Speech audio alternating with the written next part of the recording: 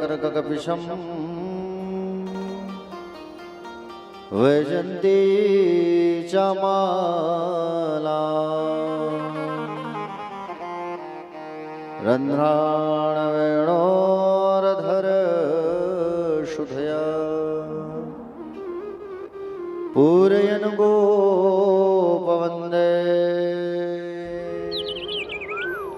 वृन्दारण्यसुपदरमणम् प्राविशद गीतकीर्तिः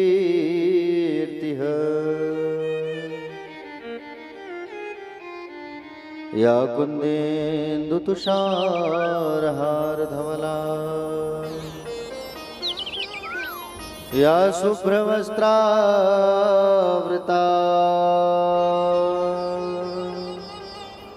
या वीणावरदण्डमण्डितकरा या श्वेतपद्मासना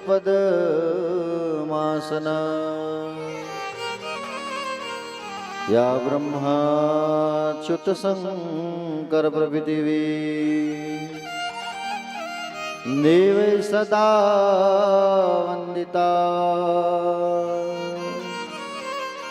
सा मा पातु सरस्वती भगवती निःशेषजाड्याम्पः देवी प्रपन्नार्ति हरे प्रसीद मातर्जगतोऽखिलस्य प्रसीद विश्वेश्वरि पाहि विश्वं त्वमीश्वरी देवी चराचरस्य ज्ञानिनामपि चेतांसि देवी भगवती सा मलादा कृष्णमोह महामाया प्रयच्छति मनोजवं मारुततुल्यवेगं जितेन्द्रियमुद्यमतां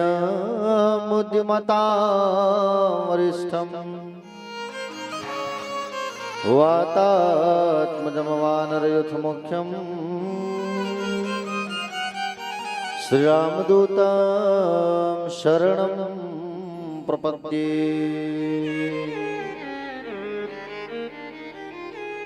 सब द्वारन को छोड़ के माँ आयो तेरे द्वार,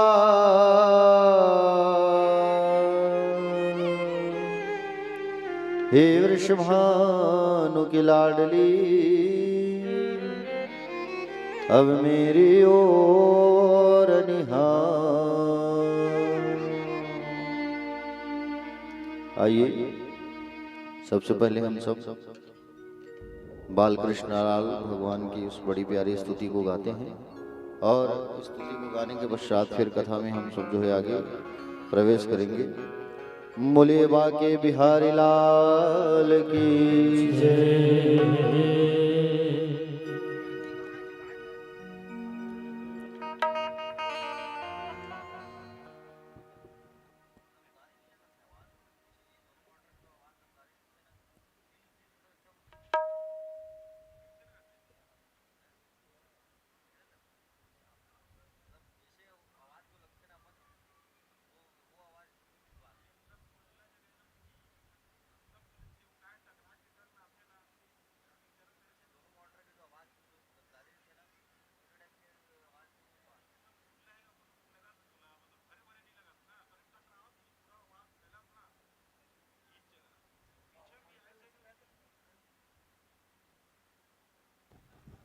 राधे जय श्री कृष्ण, राधे जय श्री कृष्ण, राधे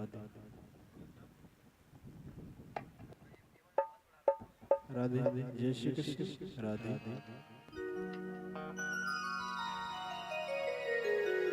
बोले बाके बिहारी लाल की जय।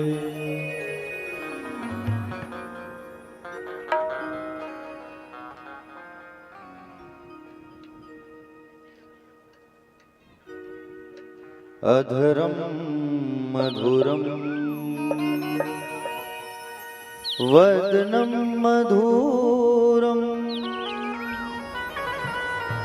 नयनम मधुरम अशितम मधुरम मधुरम मधुरम नम मधुरम हसितम मधुरम हसितम मधुरम हृदयम मधुरम गमनम मधुरम मधुराधिपतिरखिलम मधुरम मधुरम गमनम मधुरम मधुराधिपतिरखिलम मधुरम वचनम मधुरम चरितम मधुरम वसनम मधुरम वलितम मधुरम वचनं मधुरं चरितं मधुरं वसनं मधुरं वलितं मधुरं चलितम मधुरम भ्रमितम मधुरम मधुराधिपतिरखिलम मधुरम चरितं मधुरं भ्रमितं मधुरं मधुराधिपतिरखिलं मधुरम्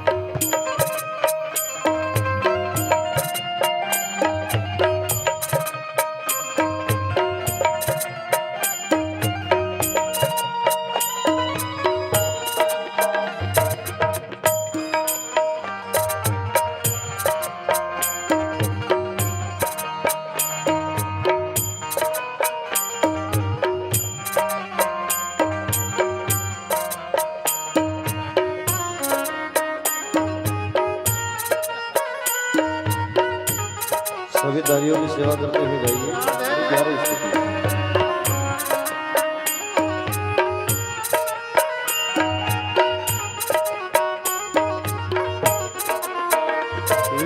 वेणुर्मधुरा रेणुर्मधुरा पाणिर्मधुरा पादौ मधुरौ वेणुर्मधुरो रेणुर्मधुरा पाणिर्मधुरा पादौ मधुरम् नित्यं मधुरं सख्यं मधुरं मधुराधिपतिरखिलं मधुरम् नित्यं मधुरं सख्यं मधुरं मधुराधिपतिरखिलं मधुरम् गीतं मधुरं पीतं मधुरं भुक्तं मधुरं सूक्तं मधुरम् गीतं मधुरं पीतं मधुरं भुक्तं मधुरं सूक्तं मधुरम् रूपं मधुरं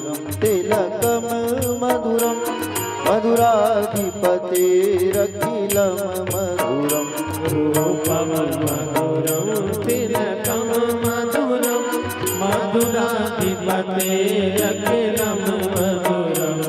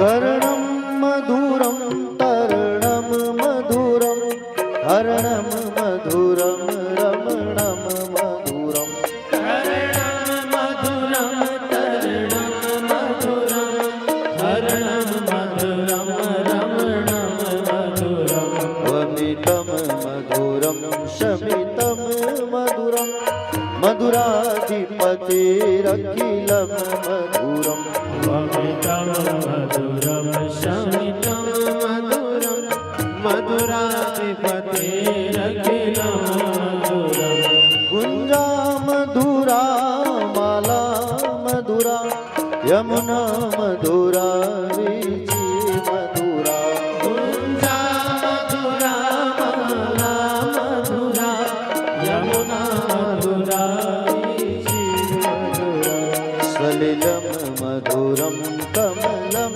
मधुरं मधुराधिपतेरखिलं मधुरं सलिलं मधुरं कमलं मधुरं मधुराधिपतेरखिलं मधुरम्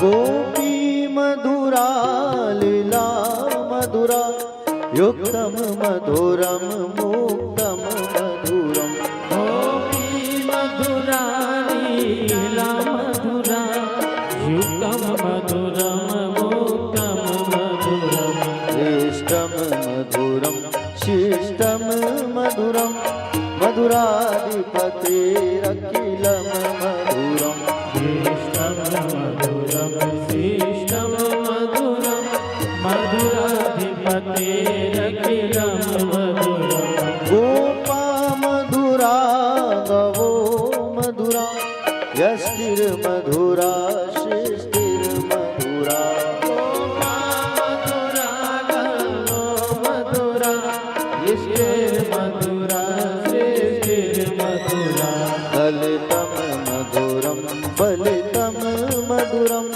मधुराधिपतेरखिलं मधुरं ललितं मधुरं ललितं मधुरं मधुराधिपतेरखिलं मधुरम् मधुराधिपतेरखिलं मधुरं मधुराधिपतेरखिलं मधुरम् मधुराधिपतेरखिलं मधुरं ओ मधुराधिपतेरखिलं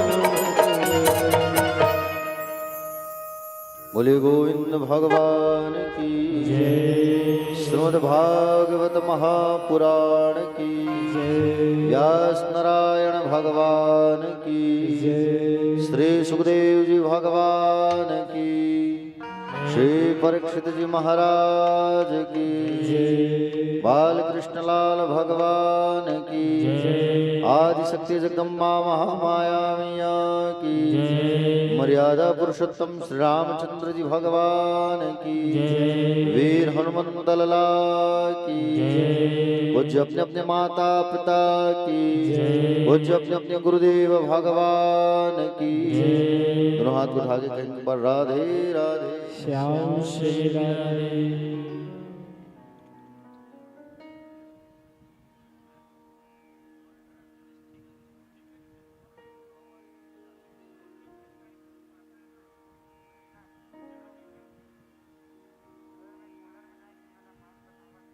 कथा पंडाल में विराजमान सभी भक्तजन, आदरणीय जन, सम्माननीय जन, करुणामयी, ममतामयी, वात्सल्यमयी, दयामयी, कृपामयी माताएं,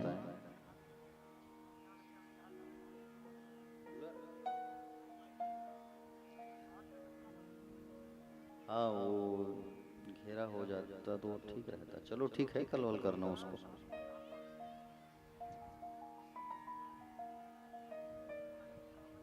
कथा पंडाल पर विराजमान सभी भक्तजन, आदरणीय जन, सम्मानीय जन, करुणामयी माताएं, वात्सल्यमयी दयामयी कृपामयी माताएं, दूर दूर से पधारे हुए सभी भक्तजन और वीरभद्र नगर महिला समिति के सभी माताएं, युवा भाई बहन, नंद वसुदेव जैसे पिता तुल्य गणमान्य जन, छोटे छोटे भाई बहन, बड़े बड़े भाई बहन, आप सभी का व्यास मंच से हार्दिक वंदन है, स्वागत है, अभिनंदन है।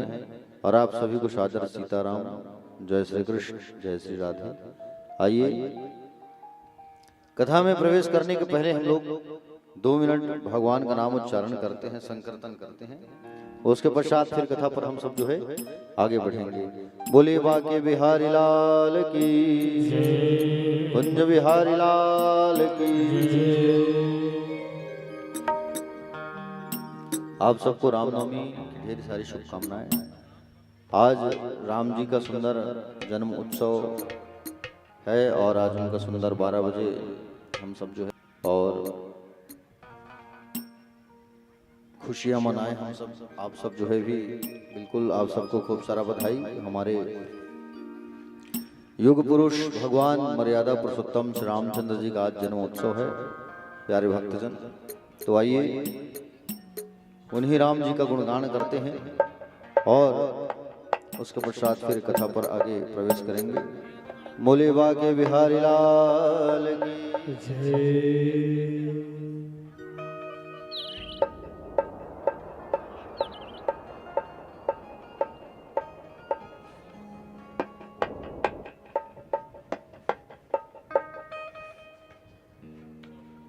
हम राम जी के राम जी हमारे हैं, हम राम जी के राम जी हमारे हैं, हम राम जी के राम जी हमारे हैं, हम राम जी के राम जी हमारे हैं, हम राम जी के राम जी हमारे हैं। मेरे नयनों के तारे हैं, मेरे नैनों के तारे हैं, मेरे नयनों के तारे हैं, मेरे नैनों के तारे हैं। सारे जग के हितकारे हैं, सारे जग के हितकारी हैं। हम राम जी के राम जी हमारे हैं, हम राम जी के राम जी हमारे हैं। हम राम जी के राम जी हमारे हैं, हम राम जी के राम जी हमारे हैं।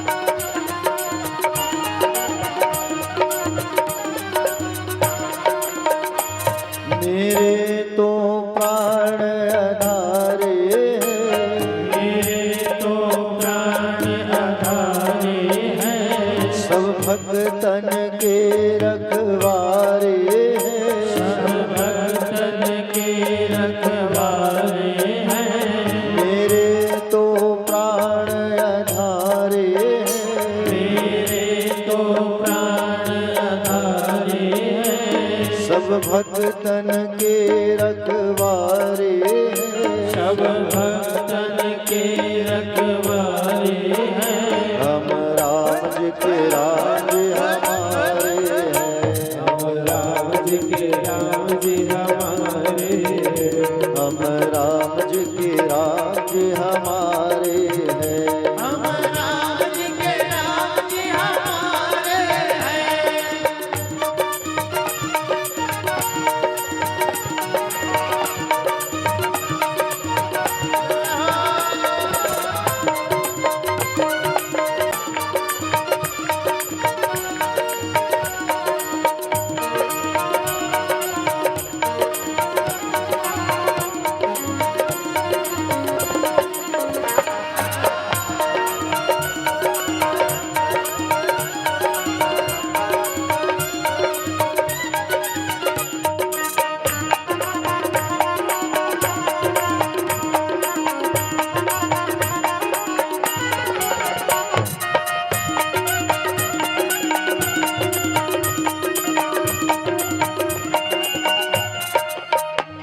गणकार गीत उतारे हैं, गणकार गीत उतारे हैं। हम खड़े इन्हीं के द्वारे हैं, हम खड़े इन्हीं के द्वारे हैं।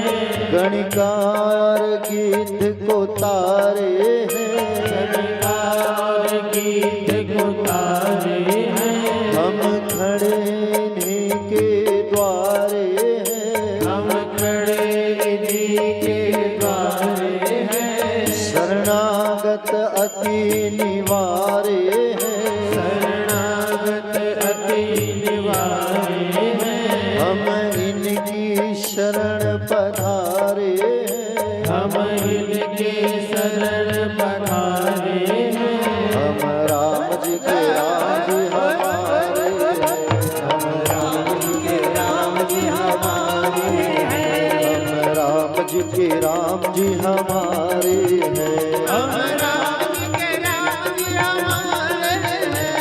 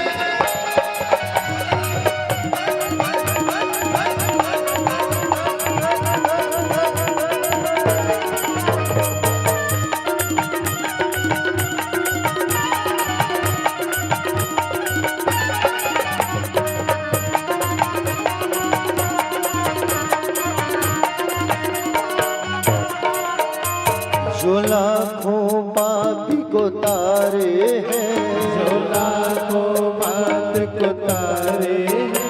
जो अधमन के उतारे हैं, जो अधर्म को उतारे हैं। जो लाखों पापी उतारे हैं, जो लाखों बात को तारे हैं। जो अधमन के उतारे हैं, जो अधर्म के उतारे हैं। हम सदा इन्हीं के सहारे हैं, हम सदा इन्हीं के सहारे हैं। हम सदा इन्हीं के सहारे हैं।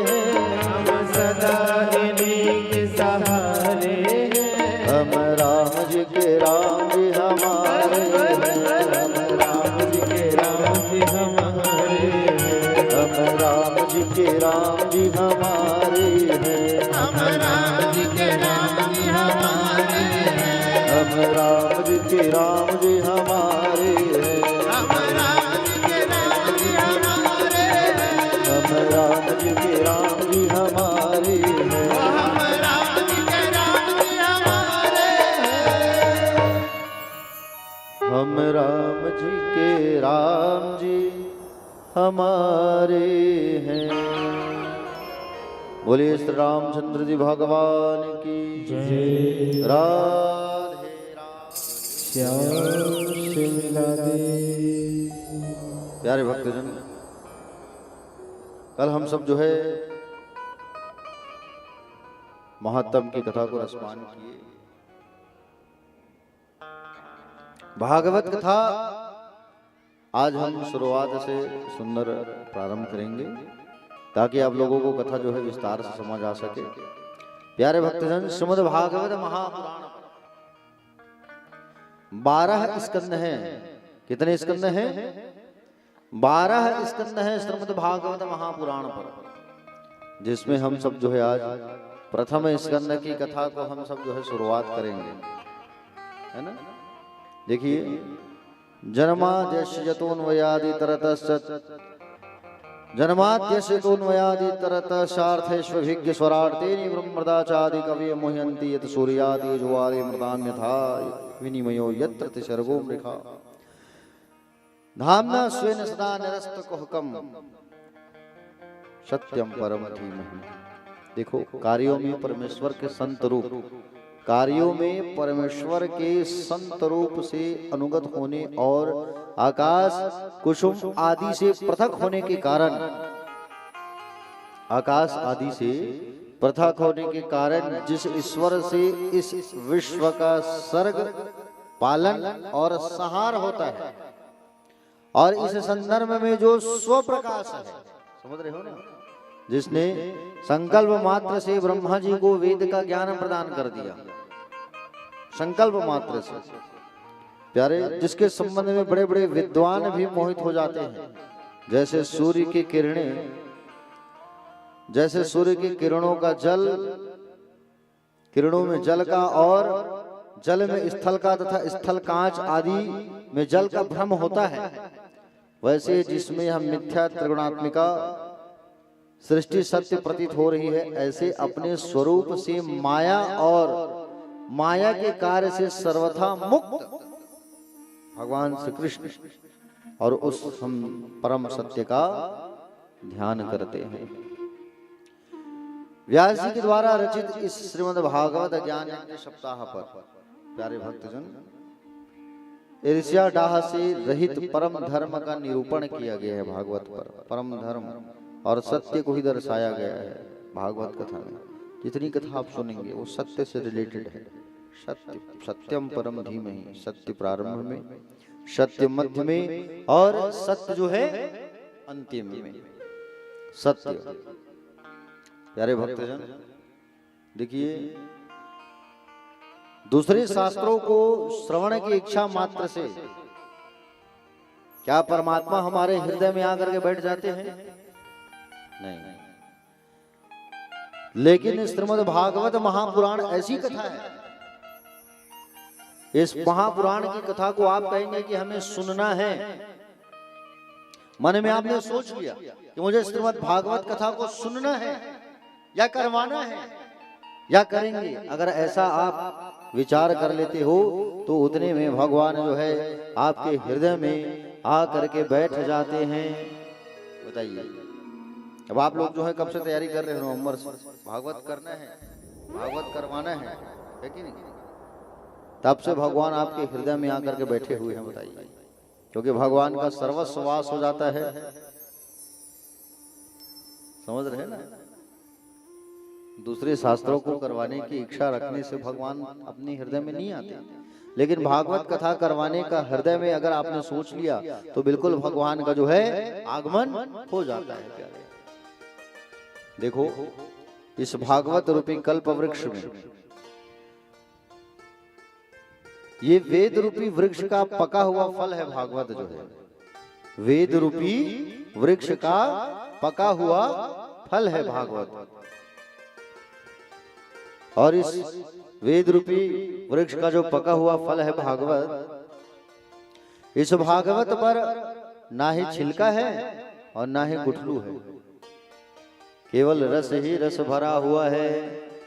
पिबत भागवतम रसमालयम मुहुर्हु रसिका भुवि भावुका।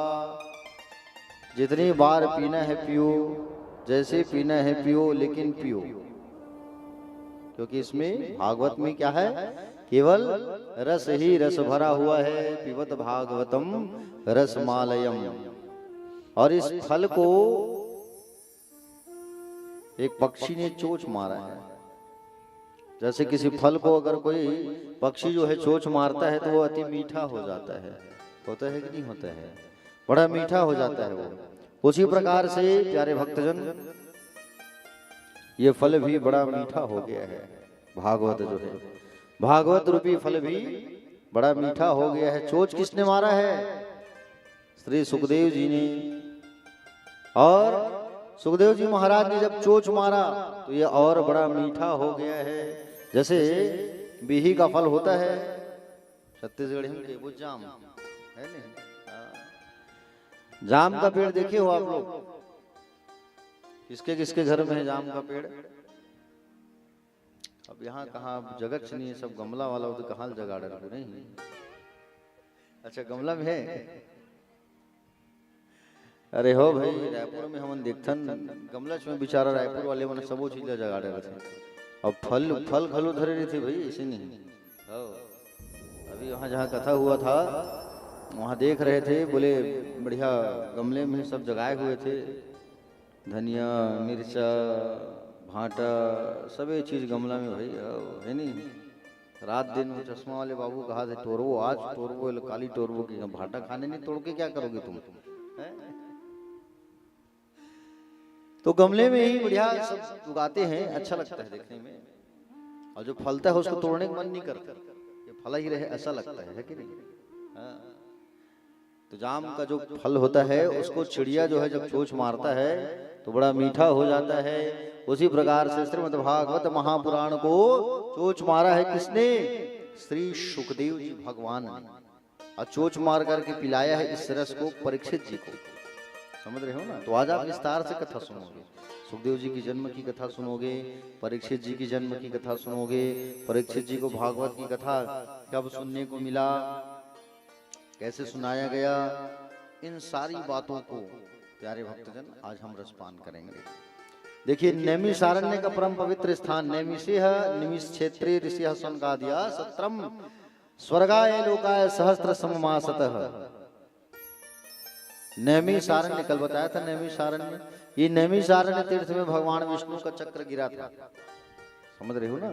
ऋषियों के लिए अरण्यों की कटाई की गई थी, इसलिए नैमिषारण्य नाम पड़ा है जगह का।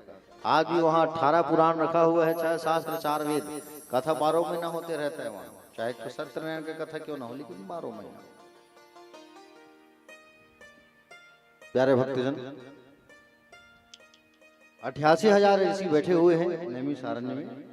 और सुंदर सौनक जी महाराज मुखिया है, और सौनक जी महाराज यहाँ सामने बैठे हैं 88,000 पीछे, और ऊपर व्यासपीठ पे बैठे हैं सूत जी महाराज।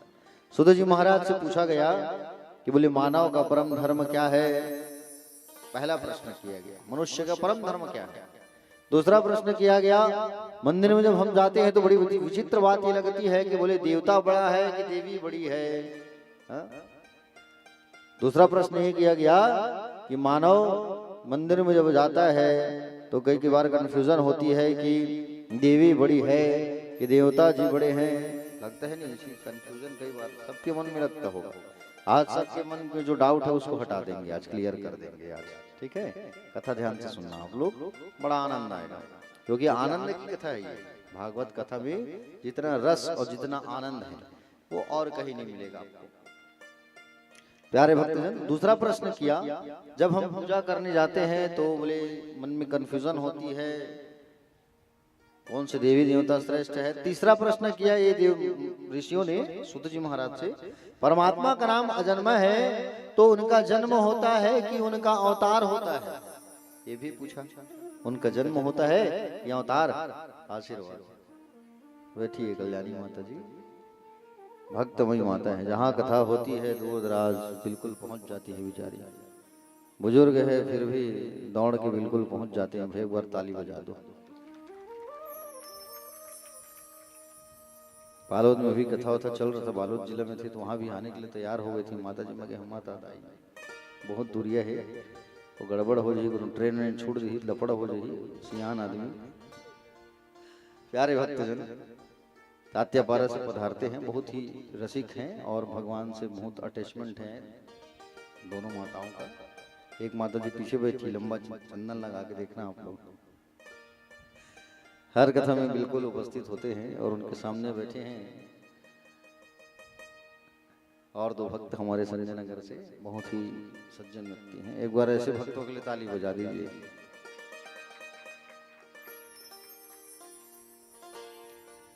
चौथा प्रश्न किया, तीसरा प्रश्न किया था कि बोले भगवान का नाम अजन्मा है तो भगवान का जन्म होता है कि अवतार होता है। चौथा प्रश्न किया कि भगवान के कितने अवतार हैं। कोई कहते हैं 10 अवतार, कोई कहते हैं 24 अवतार, कोई कहते हैं 16-15, समझ नहीं आता है कि नहीं। अगला प्रश्न किया कि बोले ऋषियों ने अगला प्रश्न किया है कि बोले वक्ता वो श्रेष्ठ हैं जो छोटी सी बात को बड़ी बनाकर बोले, वक्ता वो उत्तम जो सूक्ष्म बात को बतावे। गागर में सागर भर के कहने लग जाए तो फिर आज कलयुग के लोगों के पास समय कहाँ, सुनने लग जाए। तो शास्त्रों का वो बात हमें सार जो है वो हमें सुनाइए। छठवां प्रश्न किया ऋषियों ने कि भगवान जब लीला संपन्न करने के लिए आए, जब भगवान श्री कृष्ण जब अवतार लिए, अवतार लेते समय गोविंद ने कहा था कि हम पृथ्वी का भार उतारेंगे, हम पृथ्वी का भार उतारेंगे, ऐसा कहा था। तो भगवान जो है प्यारे भक्तजन, भगवान स्वयं गीता में कहे थे कि धर्म संस्थापनार्थाय संभवामि युगे युगे, मैं धर्म की स्थापना के लिए युग युग में अवतार लूंगा। यदि हम प्रभु की बात पर विश्वास करें कि भगवान धर्म की स्थापना के लिए अवतार लेते हैं, तो अपनी लीला को समाप्त करके जब भगवान श्री कृष्ण चले गए तब धर्म तो अकेला पड़ गया। धर्म किसकी शरण में गया। इस प्रकार के 6 प्रश्न किए और 6 प्रश्नों को जब सुने सूत जी महाराज तो बड़े गदगद हो गए। और इन 6 प्रश्नों को सुन करके सुंदर जब ये गदगद हुए श्री सूत जी महाराज, तब सबसे पहले श्री सूत जी महाराज जो है प्यारे भक्तजन आदरणीय श्री सुखदेव भगवान के चरणों में वंदन करते हैं। सबसे पहले इन सब के प्रश्नों का उत्तर देने के पहले, समझ रहे हो ना क्या किया। सबसे पहले श्री सुखदेव जी भगवान का इन्होंने ध्यान किया और श्री सुखदेव जी भगवान का सुंदर जब इन्होंने ध्यान किया, वंदन किया, उसके पश्चात बताते हैं कि सुखदेव भगवान बड़े अद्भुत संत थे। पहले ऋषियों आप सबको सुखदेव भगवान के जन्म की अवतरण की कथा रसपान कराता हूं। कहे सुखदेव भगवान ऐसे देवता है जो माँ के गर्भ में 12 साल तक रहे। कितने साल तक? 12 साल तक। एक बच्चा कितने महीने रहता है माँ के गर्भ में? 9 माह, है कि नहीं। लेकिन वो 12 साल रहे हैं सुखदेव जी भगवान। जिसने परीक्षित जी कथा सुनाया 12 साल, बताओ तो ये अद्भुत संत है कि नहीं जो 12 साल रहे। पूर्व जन्म में यही सुखदेव जी जो है तोता हुआ करते थे, तोता थे ये तोता, और राधा रानी की गोद में बैठ करके खेला करते थे गोलोक धाम में। एक दिन राधा जी ने कहा कि बोले बेटा तुम मृत्युलोक चले जाओ, जन जन्म में भगवान के नाम का प्रचार करो, जन जन में बोले तुम जो है भागवत धर्म का प्रचार करो। तो सुखदेव जी ने कहा कि बोले मैया मैं जाऊंगा तो ठीक, लेकिन मैं माया में फंस जाऊंगा, और मैं माया में फंस जाऊंगा इसलिए मैं जाना नहीं चाहता। प्यारे भक्तजन किशोरी जी ने कहा कि बोले बेटा मैं आपको वचन देती हूँ कि आप पर माया का असर कभी नहीं होगा। समझ रहे हो ना, माया का असर कभी नहीं होगा। वही आदरणीय पूज्य सुखदेव भगवान जी जो है प्यारे भक्तजन कैलाश पर्वत पर उनका जन्म हुआ अंडे के रूप में, एक तोता के गर्भ से और एक पक्षिणी के गर्भ से उन्होंने जन्म लिया।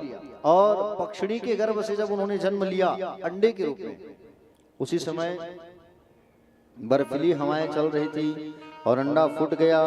सुखदेव जी की माता पिता शुक पक्षी और पक्षिणी दोनों उस अंडे को छोड़ करके चले गए। कैलाश पर्वत पर है भगवान शंकर जी विराजमान, है कि नहीं प्यारे भक्तजन। अंडा को छोड़ करके चले गए उसके माता पिता, और उसी समय नारद जी ने विचार किया कि बोले सुखदेव जी का आना संसार में बहुत जरूरी है, और आएंगे नहीं तो भागवत का प्रचार प्रसार कैसे होगा, है कि नहीं। आना इनको जरूरी है, इसलिए सुखदेव जी भगवान के आने के लिए नारद जी चले गए कैलाश पर्वत पर। और नारद जी जहां जाते हैं वहां झगड़ा जरूर होता है, लेकिन झगड़ा अच्छे के लिए होता है। झगड़ा वो करवाते हैं ना, तो झगड़ा करवाते हैं अच्छा चीज के लिए, बुरे चीज के लिए नहीं, अच्छे चीजों के लिए झगड़ा करवाते हैं नारद जी। आज नारद जी कहाँ आए, पार्वती मैया के पास कैलाश पर्वत में। और जैसे ही नारद जी आए तो पार्वती मैया जो है लड्डू का प्रसाद रखती है, और लड्डू का जब प्रसाद रखती है पार्वती मैया जो है ना, तब नारद जी ने कहा बोले मैया अब आजकल ना मुझे खाने का मन नहीं है लड्डू। बोले अच्छा क्या हो गया नारद। बोले पहले तो बड़े प्रेम से खाया करते थे आप। बोले नहीं नहीं नहीं, आज उनको विवाद कराना है शंकर जी और पार्वती में। बोले आजकल ना मैया बोले सब स्वार्थ का प्रेम करते हैं, बनावटी प्रेम करते हैं, और कहीं जाओ तो ऐसे पूछते हैं खाओगे क्या, जब खिलाएंगे तो मन नहीं रहेगा।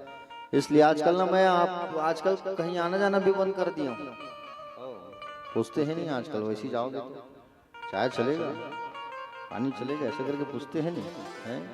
भाई घर में मेहमान आया तो उसको सीधा खिलाओ पिलाओ, पूछने वाली कोई बातें नहीं। और घर में जो मेहमान आया उसको चाय पियोगे, पूछते हैं कई लोग। हाँ शरबत चलिए महाराज जी, अब जाना चाहते तुल्य घाम लिया है महाराज नया रायपुर ले, तो पूछे क्या बात है, सीधा हो पिया। वैसे हम बर्फ की चीज नहीं पियन खानदाई हो, टेंशन मत आपन ये नहीं आना होना। तो आजकल लोग जो है अतिथि सेवा भी करते हैं ना, तो पूछ के करते हैं, ये बड़ी विडंबना है। सीधा लाओ खिलाओ पिलाओ, अतिथि स्वागत ऐसा होना चाहिए। पहले के लोग क्या करते थे, जब अतिथि का सेवा करते थे ना, तो जमीन से जुड़ करके रिश्ता निभाते थे भैया, जमीन से जुड़ करके रिश्ता निभाते थे। अरे हमारे ताऊ जी हैं, हमारे चाचा जी हैं, हमारे भाई हैं, हमारे बंधु हैं, ऐसा जान दे देते थे। क्योंकि लोग मिट्टी के बर्तन से खाना खाते थे ना, पहले जमाने में मिट्टी का बर्तन चलता था। जमाना आया उसके बाद कांस पीतल, खाना खाने लगे सब कांस पीतल में, तो रिश्तों में टिन टान होने लगा। अरे वो ऐसा है वो ऐसा है। उसके बाद में जमाना आया कांच का, कांच का जमाना बहुत चला है। कुछ भी हुआ तोड़ो हटाओ, रिश्ता छोड़ो पटको, तोड़ दिए। उसके बाद जमाना आया डिस्पोजल, खा पियो और फेंको, है कि नहीं। अरे ठीक है वो आ गए तो ठीक है, वहां वाले रिश्तेदार आएंगे, समधी लोग आएंगे, ठीक है चाय पानी नाश्ता दे देना, स्वागत कर देना, आएंगे तो नहीं आए तो ठीक, कोई दिक्कत नहीं है, यही तो होता है कि नहीं। तो आजकल जो है थर्माकोल का जमाना है, यूज एंड थ्रो का जमाना है, खाओ पियो फेंको, तो लोग रिश्ता भी वैसे ही निभाते हैं। तो प्यारे भक्तजन नारद जी कहने लगे कि बोले भैया ये तो दुनिया में जो लोग प्रेम करते हैं, बनावटी प्रेम करते हैं, आजकल सुर नर मुनि सबकी यह रीति, स्वार्थ लाग सब कही कर प्रीति, सब स्वार्थ का प्रेम करते हैं। इसलिए आजकल मैं कहीं जाता हूँ खाता पीता नहीं हूँ, नारद जी जानबूझ के बोल रहे हैं ना, इसलिए मैं आजकल खाता पीता नहीं हूँ। लोग कितना बोले छुपा छुपा के रखते हैं बातों को, बोले बताते नहीं आजकल गोपनीय बात को। तब पार्वती मैया कही कि बोले नारद जी मेरे पति तो ऐसे हैं कि हर गोपनीय बात मुझसे शेयर करते हैं, बताते हैं। कहे अच्छा हाँ, गुरु मंत्र को भी मुझको बता दिए, गुरु जी जो मुझे मंत्र दिए थे वो भी मुझे बताए हैं। अच्छा एक बात छुपा कर रखे हैं मैया आपसे, ठीक है आप कह रहे हो मुझसे मेरे भोलेनाथ बहुत प्रेम करते हैं करके, आपसे एक बात छुपा कर रखे हैं भोलेनाथ जो है। कौन सा बात? बोले एक बात पूछना, जो अपने गले में मुंडों की माला पहने हैं, भोले बाबा मुंड की माला पहनते हैं ना, वो मुंड की माला किसका है ये पूछना, एक बार पूछना बस, फिर मैं जान जाऊंगा। इतना कहा कि नारद जी चले गए।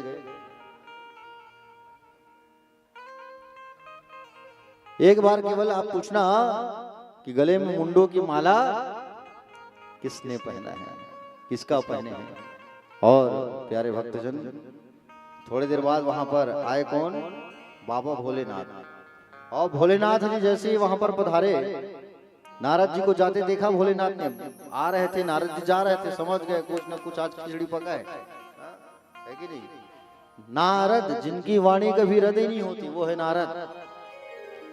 बाबा आए, उतने में मैया जो है, बाबा के आते तक मैया जो है अपने वस्त्रों को उतार के मलिन वस्त्र पहन ली, मतलब बढ़िया तैयार थी मैया जो है, पुराना कपड़ा पहन ली और गुस्से में जा करके अपने कक्ष में चली गई है।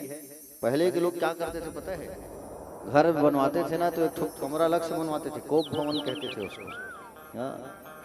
श्रीमती जी नाराज हो गई तो उसके लिए कमरा बनाओ, कोप भवन। नाराज हो तो वहां जाके बैठे, है कि नहीं। अब लोगों, आजकल के माताओं का कोप भवन क्या है पता है, मैके, है कि नहीं। कुछ हुआ तो बोले चलो मैके, नहीं जाएंगे। बेचारा पति देवन तान रहे रहे, मनायल जाते, का कर रही है भैया, भोजन पानी कौन बनाई, है कि नहीं। ऐसे बात पर घटना हुए कभी आपके साथ, सनत भैया नहीं हुए ना, नहीं। तो कोप भवन पहले बनाते थे, है कि नहीं।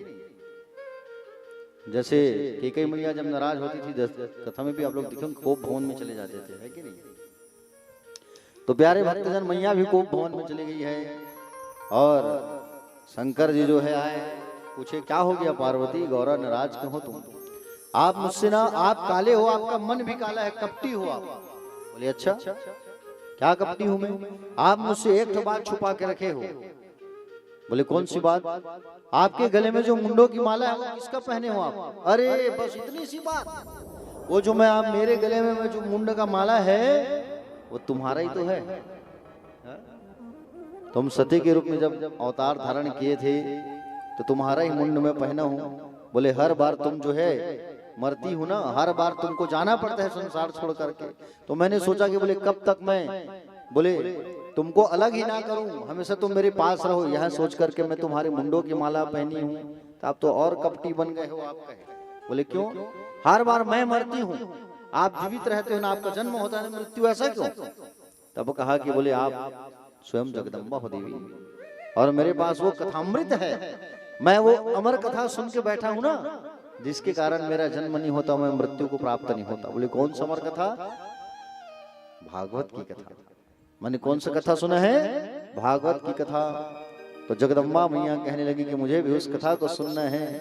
बताइए, भगवती माँ जगदम्बा जिसकी हम आराधना करते हैं, दुर्गा आदि शक्ति, आज 9वां दिन है नवरात्रि का। अब वो जगदम्बा स्वयं भागवत कथा सुन रही है, किनसे, बाबा भोलेनाथ के मुख से। प्यारे भक्तजन, कितना अच्छा दिन है आज, रामनवमी और कथा का शुभारंभ। मुहूर्त आप लोगों को बहुत अच्छा मिला है, मैं आपको बता दूं, समझ रहे हो ना। जो होता है अच्छा होता है। आज राम जी का जन्म है और आज की मुख्य कथा आज से प्रारंभ हो रही है। और कल भी अगर देखें तो कल भी अच्छा दिन था, महाअष्टमी, अष्टमी दिन कलश जाता है, सोचो आप ना। और आज मैया का सुंदर जमारा का विसर्जन, सारे पंडा लोग बढ़िया झूम झूम के जमारा को विसर्जन कर रहे हैं, नगाड़े ढोल बाजा गाजा के साथ। माँ जगदम्बा का आज 9वां दिन। आइए जगदम्बा जी का बड़ा प्यारा भजन करते हैं। बोलिए जगदम्बा मैया की, आदि शक्ति जगदम्बा भवानी की। पंडा कराए रहो पूजा, मैया जी की झूम झूम के।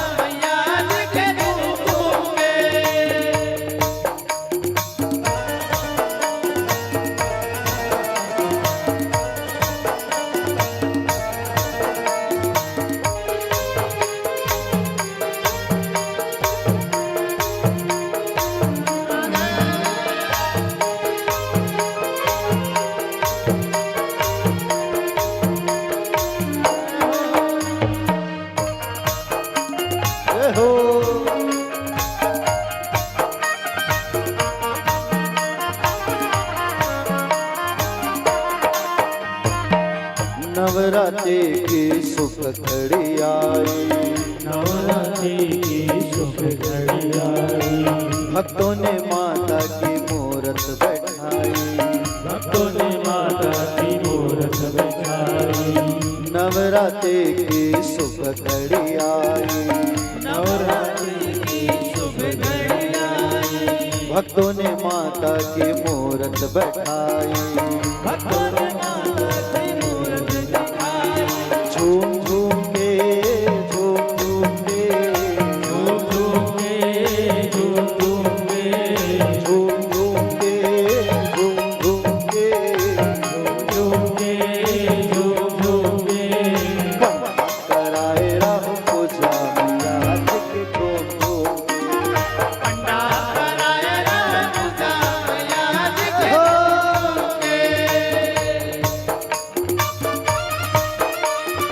राजों की सेवा करते हुए झूम के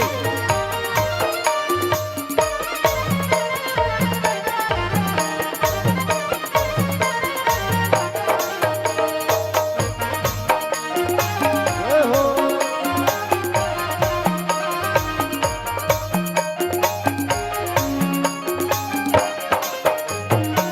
टीका लगाए माँ को चुनरी ओढ़ाए, टीका लगाए माथो छुजरी ओढ़ाए। चूड़ी चढ़ाए फूल माला चढ़ाए, चूड़ी चढ़ाए फूल माला चढ़ाए। टीका लगाए माँ को चुनरी ओढ़ाए, टीका लगाए माथो छुजरी ओढ़ाए। चूड़ी चढ़ाए फूल माला चढ़ाए, चूड़ी चढ़ाए फूल माला चढ़ाए। झूम झूम के झूम झूम के झूम झूम के झूम झूम के झूम झूम के झूम झूम के झूम झूम के झूम झूम के कराए राम पूजा मैया के झूम झूम के पंडा कराए राम पूजा मैया जी के झूम झूम के।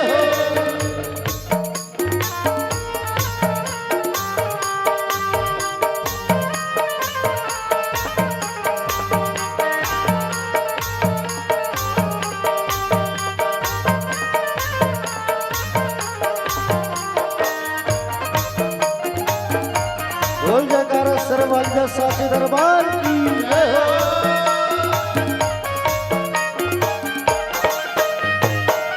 नौ नौ खबर बोधे सवारे, नौ पर बोले जवानी। अलियन गलियन गुंजे जयकारे, अलियन गलियन कुछ गए सारे।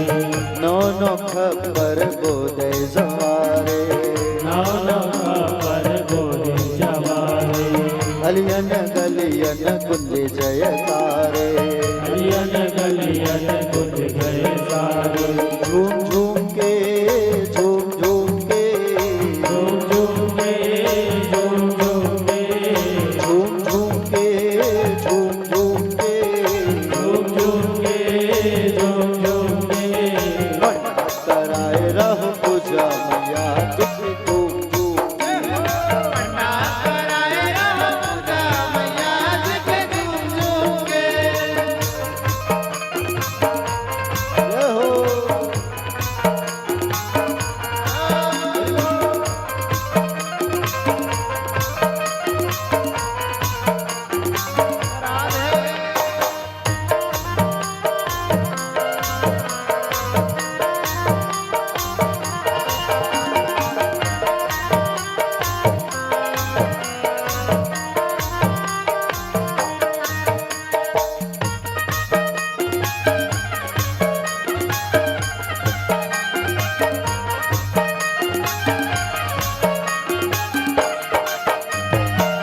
आई माँ पहुनी भक्तों के द्वारे, आई न कौरी भक्तों की द्वारे। संकट काटे माँ भरे भंडारे, संकट कलमा कर भंडारे। आई माँ पहुनी भक्तों के द्वारे, आई न कौरी भक्तों के द्वारे। संकट काटे माँ भरे भंडारे, संकट कलमा भर भंडारे। झूम झूम के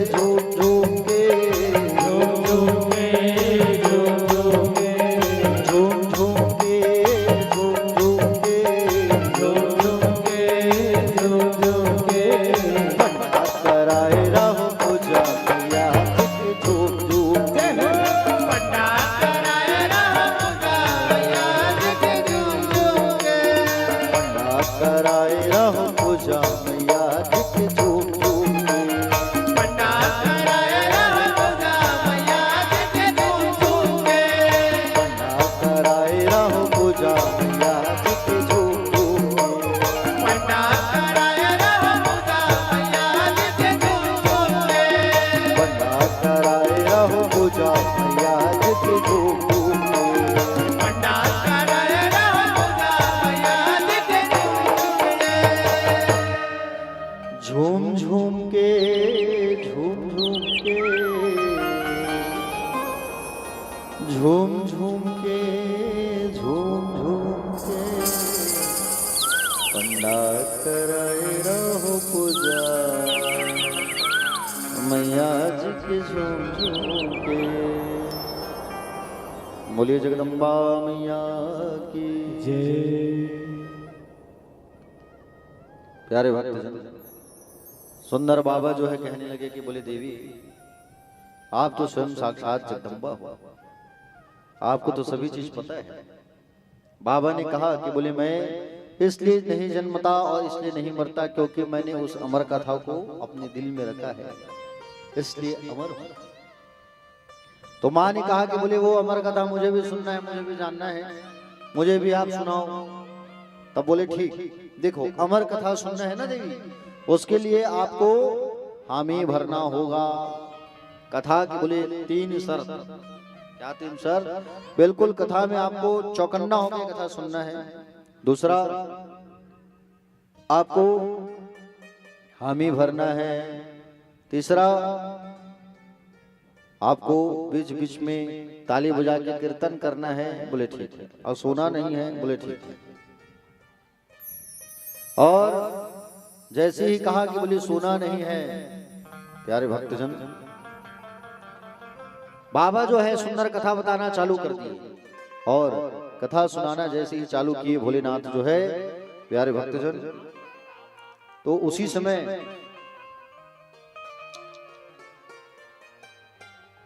बाबा ने कहा कि बोले जब मैं कथा सुनाऊं तो बीच में ओम का उच्चारण करना, क्योंकि मैं आंख बंद करके कथा बताऊंगा आपको देवी।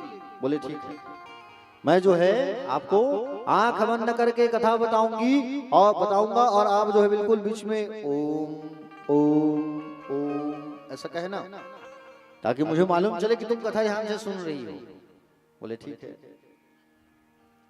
बाबा ने कथा चालू किया, और कथा जैसे चालू किया बाबा ने, तो प्यारे भक्तजन, कथा जैसे प्रारंभ हुआ तो पार्वती मैया कहने लगी ओम ओम ओम ओम।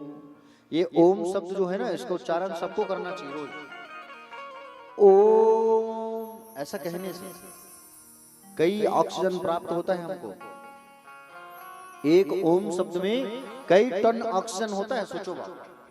इसलिए ओम को उच्चारण रोज करना चाहिए। मन को एकाग्रचित्त करके बिल्कुल ओम का उच्चारण किया करो, जिससे क्या होता है, मन जो है एकाग्रचित्त होता है, एकाग्रचित्त रहता है मन जो है। जी हाँ प्यारे भक्तजन, आपको बता दूं मैं,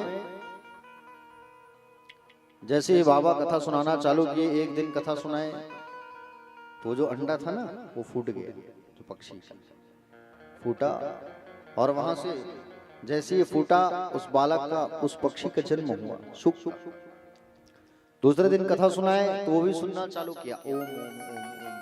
तीसरा दिन कथा सुनाना जब चालू किए तो और ध्यान से सुनने लगा। चौथा दिन और कथा सुनाए, चौथा दिन तो बिल्कुल कथा में रसगुल्ला है। चौथा दिन की कथा मतलब भगवान का जन्म उत्सव, तो रसगुल्ले की कथा है, आनंद ही आनंद। तो और बड़ा आनंद आने लगा, और आनंद से कथा सुनने लगे। 5वां दिन जब आया तो और बढ़िया उत्साह से, और छठा दिन जैसे आया कथा का, प्यारे भक्तजन भगवान स्वधाम जाने वाले हैं कथा में, उस समय पार्वती मैया को नींद आ गया, और उस समय वो तोता का बच्चा जो ऊपर था वो ओम ओम ओम ओम कहने लगा। क्या कहने लगा? ओम ओम ओम का उच्चारण करने लगा। बाबा का आंख खुला, और बाबा का जैसे आंख खुला तब बाबा ने क्या देखा कि बोले पार्वती तो सो रही है, तो बोले हामी कौन भर रहा है, कौन हामी भर रहा है? और जैसे भोलेनाथ जी ने ऊपर देखा तो वो कौन था? वो तोता का बच्चा था। हा? वो तोता का बच्चा था प्यारे भक्तजन, जो हामी भर रहा था। और वो तोता का बच्चा जो है हामी भर रहा था ओम ओम ओम ओम। भगवान शंकर जो है मारने के लिए दौड़ पड़े, और भगवान शंकर जो है जब मारने के लिए दौड़े उस तोता के बच्चे को, प्यारे भागते भागते भागते भागते वो तोता का बच्चा बद्री आश्रम आ गया। कहाँ गया? बद्री आश्रम आया। और बद्री आश्रम जैसे ही पहुंचे, तो बद्री आश्रम में जैसे ही पहुंचे, उस समय जैसे ही बद्री आश्रम जब पहुंचे, व्यास नारायण भगवान की पत्नी, व्यास जी भगवान की पत्नी, व्यास जी कौन है? जिन्होंने महापुराण को लिखा है, 18 पुराणों को। व्यास जी की पत्नी विटका देवी, विटका देवी के गर्भ में प्रवेश कर गए। उसी समय मैया जो है जमाई लेती है व्यास जी की पत्नी, और व्यास जी की पत्नी के गर्भ में वो प्रवेश कर गया। कौन? तोता।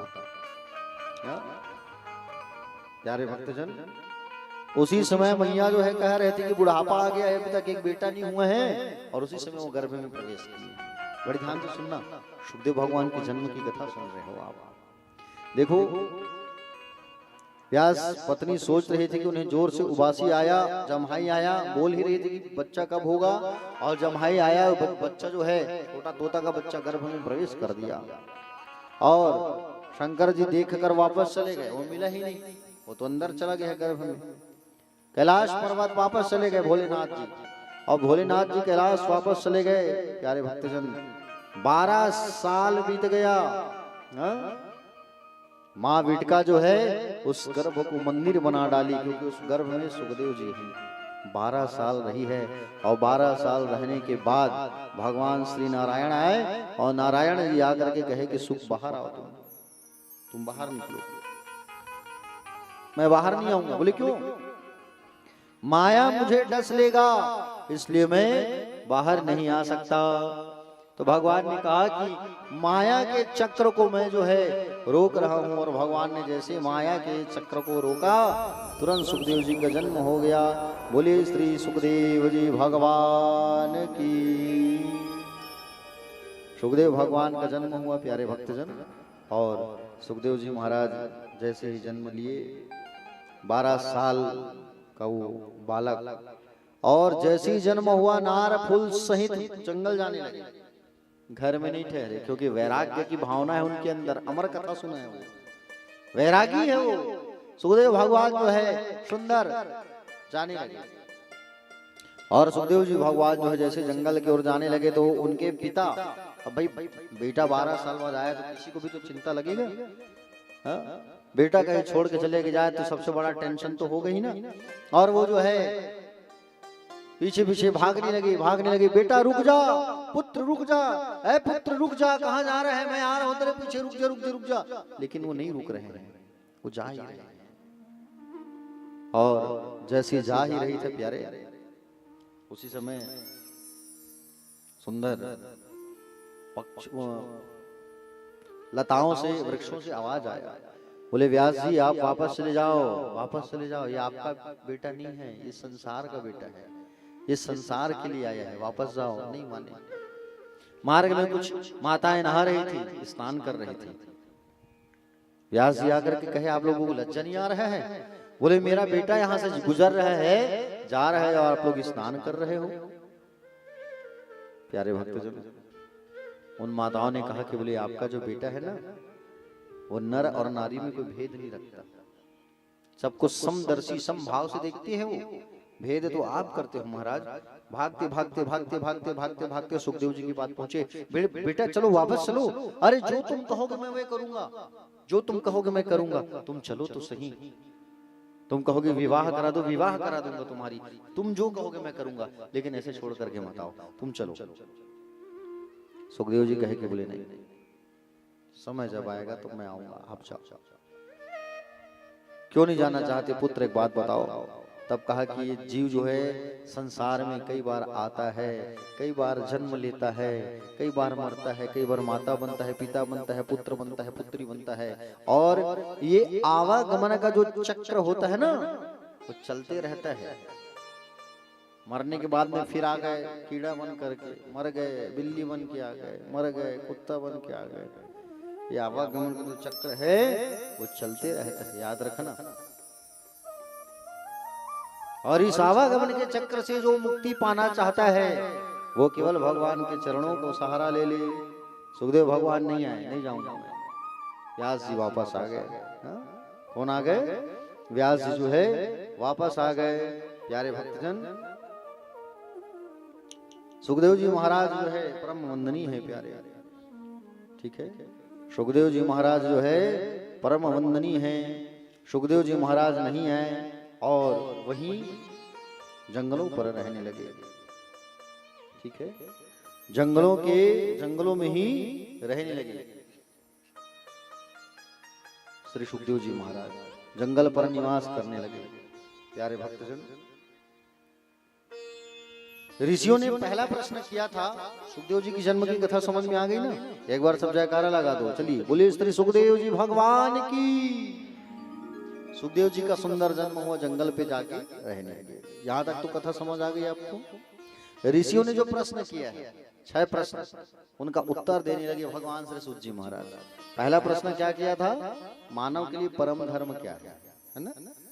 इसका उत्तर देते हुए कहा कि मनुष्य के लिए सर्वोत्तम धर्म है भगवान श्री कृष्ण के चरणों में प्रीति का होना, कन्हैया के चरणों में प्रेम होना। लेकिन कन्हैया के चरणों में जो प्रेम हो वो निष्काम हो, कोई कामना नहीं, ठीक है। सर्वोत्तम धर्म क्या है? सर्वोत्तम धर्म जो है निष्काम भक्ति होना चाहिए, सकाम नहीं। भक्ति 2 प्रकार की कही गई है। कितने प्रकार की? 2 प्रकार की। एक भक्ति होती है सकामी, दूसरा होता है निस्वार्थ निष्काम भक्ति, ठीक है। और हम सबको निष्काम भक्ति ही करना चाहिए। दोनों में अंतर मैं बता रहा हूँ, फर्क बता रहा हूँ। देखो, सकाम का मतलब होता है मंदिर में हम जाते हैं, भगवान की पूजा करते हैं, और मंदिर में जाकर के हम भगवान की पूजा करते हैं, वंदना करते हैं, और उसके पश्चात हम उनसे मांगते हैं। भगवान बहुत कष्ट है घर में, कहीं से कुछ आ ही नहीं रही है, पैसा कौड़ी, व्यापार नहीं चल रहा है। भगवान आप कृपा कर देते तो व्यापार चलना चालू हो जाता। भगवान बेटा की शादी लग जाती, अच्छी बहू मिल जाती, बेटा का नौकरी लग जाता। भगवान बहुत कष्ट है, कष्टों को दूर कर दो। हम भगवान से मांगते हैं तो मांगने की जो पद्धति होती है ना, वो सकाम भक्ति कहलाता है। और मंदिर पर जाकर के कहीं मांगना चालू कर दोगे तो वो भक्ति जो है भक्ति नहीं, अधूरी भक्ति कहलाती है, वो पूरी भक्ति नहीं।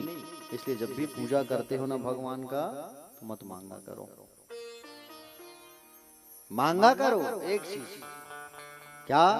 प्रभु आपकी हम भक्ति करते रहे और आपके चरणों में हमारा प्रेम बना रहे, बस, और कुछ नहीं, ठीक है। और कुछ नहीं, बस आपके चरणों में हमारा प्रेम होना चाहिए प्रभु, और कुछ नहीं चाहिए। जो भक्त नहीं मांगते हैं वो कहलाता है निष्काम भाव की भक्ति, ठीक है। मांगना ही है तो राम को मांगो, श्याम को मांगो, शिव को मांगो, राम से नहीं राम को ही मांगो, ठीक है। तो कौन सी भक्ति करना है हमको? निष्काम भाव की भक्ति।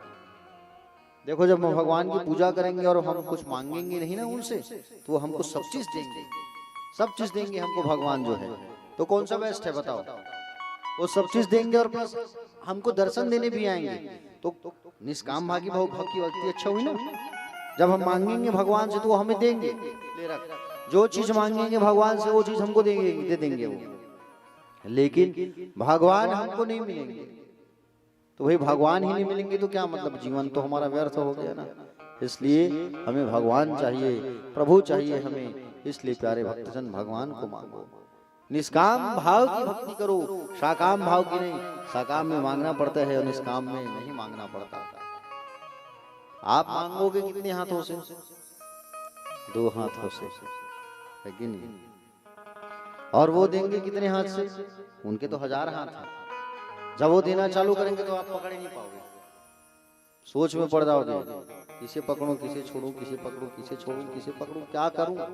देखे हो ना, जिनके पास इफरात पैसा आ जाता है वो पागल हो जाता है कि नहीं? क्या करूं मैं?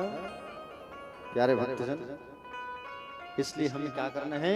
निष्काम भाव की भक्ति करना है। निष्काम भाव से भक्ति करो, इसमें आनंद है, रस है। किसने किया है? तुलसीदास जी ने, मीरा ने, हनुमान ने। अभी मांगा नहीं भगवान से, निस्वार्थ भाव से प्रेम किया है भगवान से। मांगना ही है तो उनसे उनको ही मांग लो। हाँ? ठीक है प्यारे भक्तजन, निष्काम भाव से हमें भगवान की भक्ति और आराधना जो है करते रहें। दूसरा प्रश्न किया, मंदिर में जब हम पूजा करने जाते हैं तो श्रेष्ठ देवता या देवी कौन है कि नहीं? श्रेष्ठ देवता या देवी कौन है, ये मन में बात आता है। तब इसके लिए भी यहाँ पर बताया गया है, क्या कहा गया है, तथा तरोर मूल निषेचनेत्र प्रति तत स्कंद भुजोपशाखा कहा गया है। प्यारे भक्तजन, जैसे वृक्ष का जड़ होता है और वृक्ष के जड़ में हम लोग क्या करते हैं, पानी डालते हैं, तो वो वृक्ष जो है हरा भरा होता है कि नहीं होता है? वृक्ष जो है हरा भरा। और कहीं आप वृक्ष के ऊपर में पानी डालोगे तो वो तो सूख जाएगा, है कि नहीं? तो जड़ में पानी डालने से ऊपर हरा भरा रहता है, तना शाखा फूल पत्ती आता है। प्यारे भक्तजन, एक वृक्ष में अरबों डालियां होती है और बहुत सारा शाखाएं होती है। एक पीपल के पेड़ को देखो, जैसे बहुत सारी उसकी पत्तियां होती है और बहुत सारा उसमें शाखा होता है, उपशाखा होता है। संसार में जितने देवी देवता है वो क्या है, पत्ती, फूल, शाखा, तना, उपशाखा। और भगवान श्री कृष्ण क्या है, जड़ है।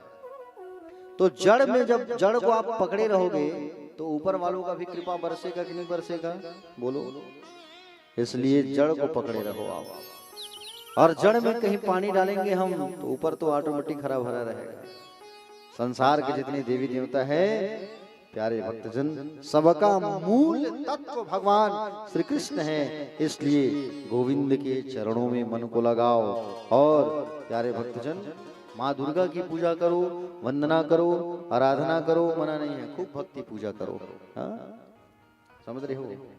लेकिन पूजा करते करते यही कहा करो कि हे भगवान, हमारा जो मन है भगवान श्री कृष्ण में हमारा जो मन है वो लगा रहे। हाँ? समझ रहे हो ना? गोविंद के चरणों में हमारा प्रेम बढ़े, ऐसा कहो आप। शिव जी के मंदिर जाते हो, जल चढ़ाते हो, भगवान से कहा करो कि हे बाबा, आप ऐसी कृपा करना कि बोले हमारा जो मन है वो हमारे कन्हैया में लगा रहे। हमारा मन, ये कहना हो, किस में लगा रहे, कन्हैया में हमारा मन लगा रहे, यही कहो आप भगवान से। ठीक है प्यारे भक्तजन, एक साधे सब सधे और सब साधे सब जाए।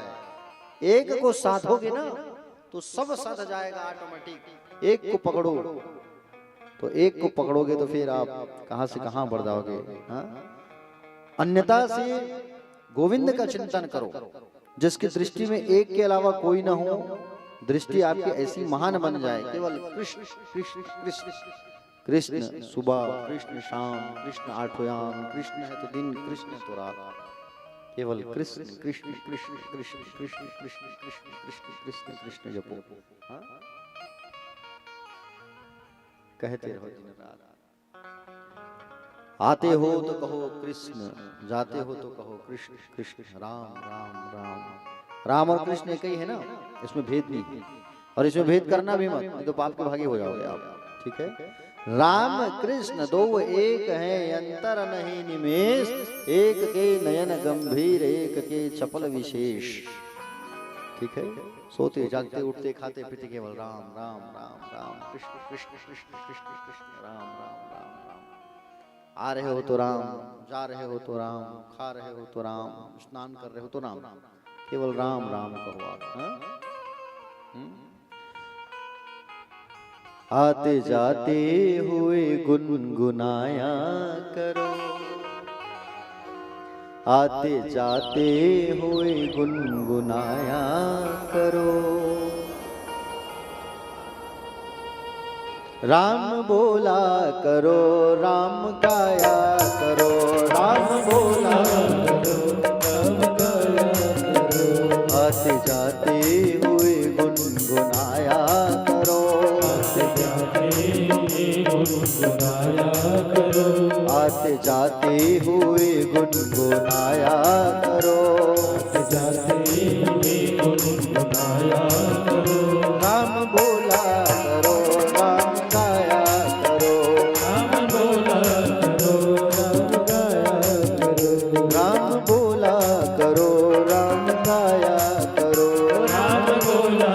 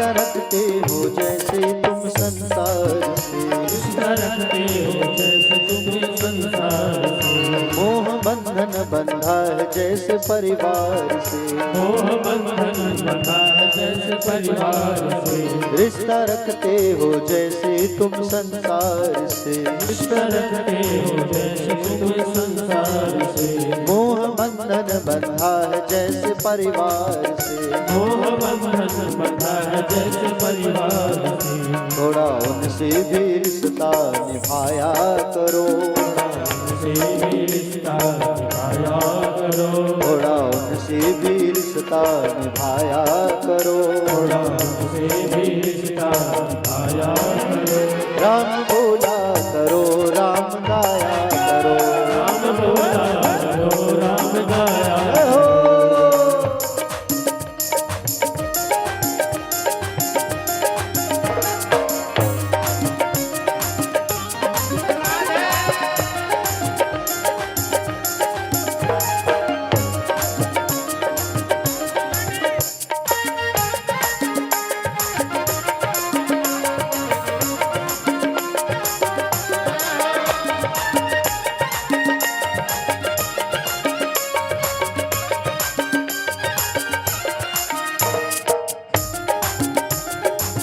जय हो।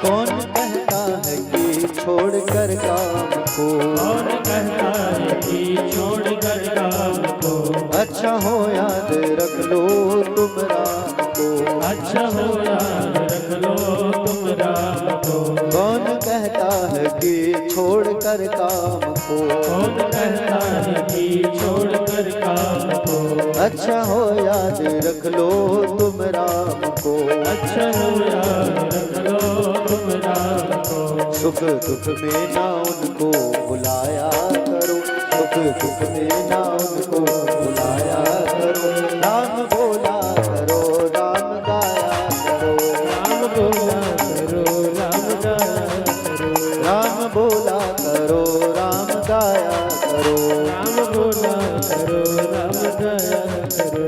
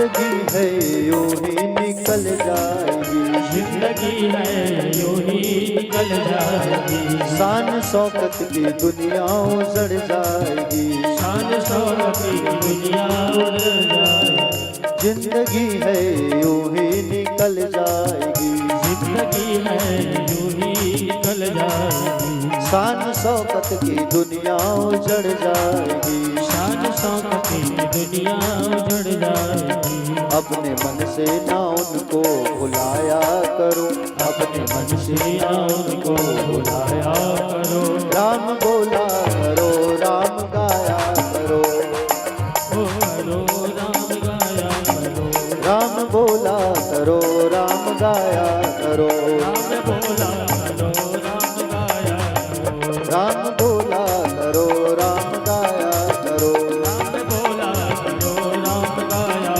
करो, राम बोला करो राम गाया करो, राम बोला करो राम गाया करो, राम बोला करो राम गाया करो।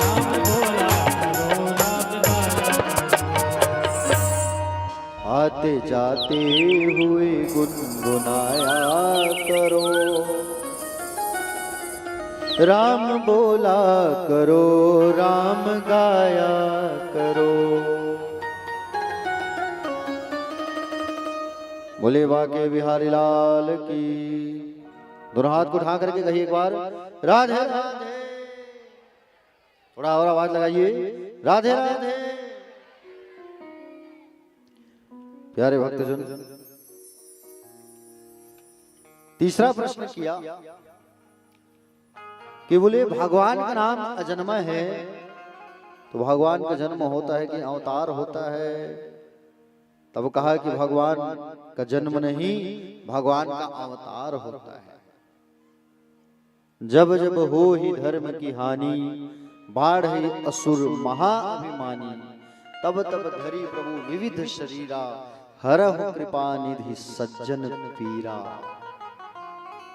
जब धर्म की हानि होती है तब भगवान का अवतार होता है, और भगवान जो है सज्जनों के कष्ट को दूर करने के लिए भगवान का अवतार होता है। कोई कहा बोले कितने अवतार है प्रभु?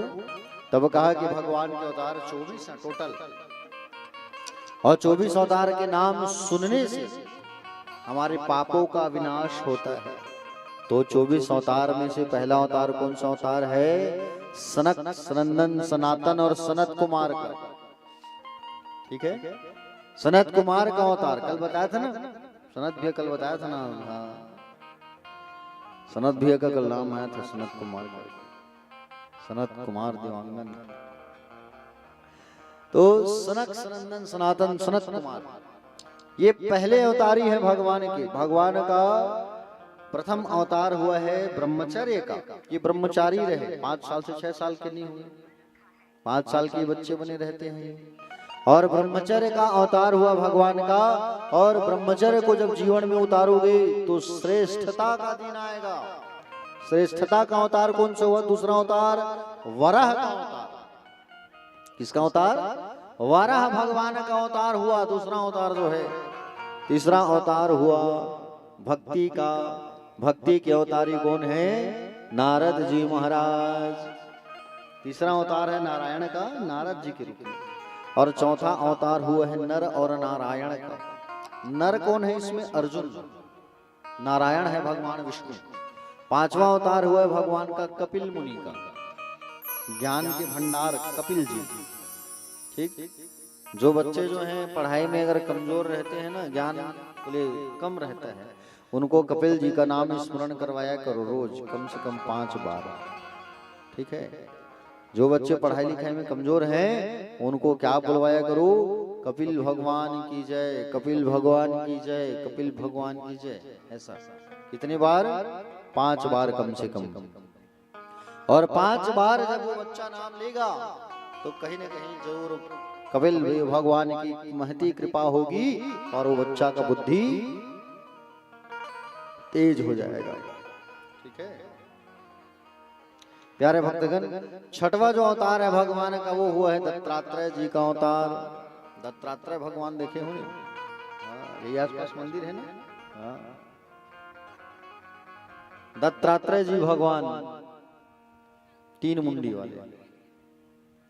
इसके बाद भगवान का अवतार हुआ है यज्ञ भगवान।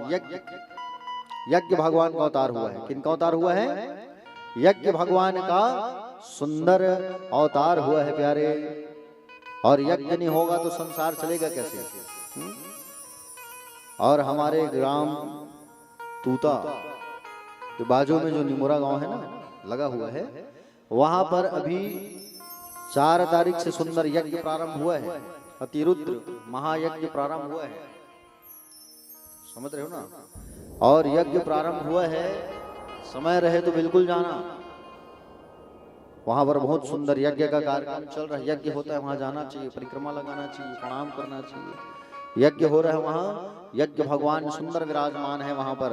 निमोरा गांव में चल रहा है यज्ञ जो है, आप सब जो है जरूर पधारे वहां जाकर के। सुंदर समस्त ग्रामवासी, और वहां पर 12 ज्योतिर्लिंग का सुंदर जल भी लाया गया है, मिट्टी लाया गया है वहां पर। सोचो आप, जगह जगह से तीर्थों से जल ला करके, मिट्टी ला करके उस यज्ञ को करवाया जा रहा है। निमोरा गांव में भी चल रहा है, समझ रहे हो ना? जाना आप लोग जरूर, समय मिल जाए तो।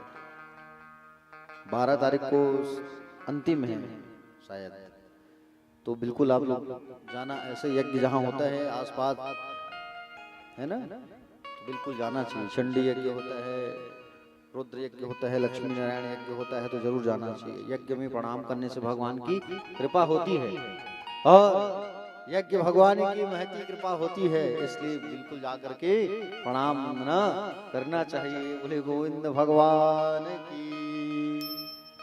प्यारे भक्तजन, अगले क्रम पर है भगवान का यज्ञ। भगवान के बाद है ऋषभ देव का भगवान का अवतार। किनका अवतार?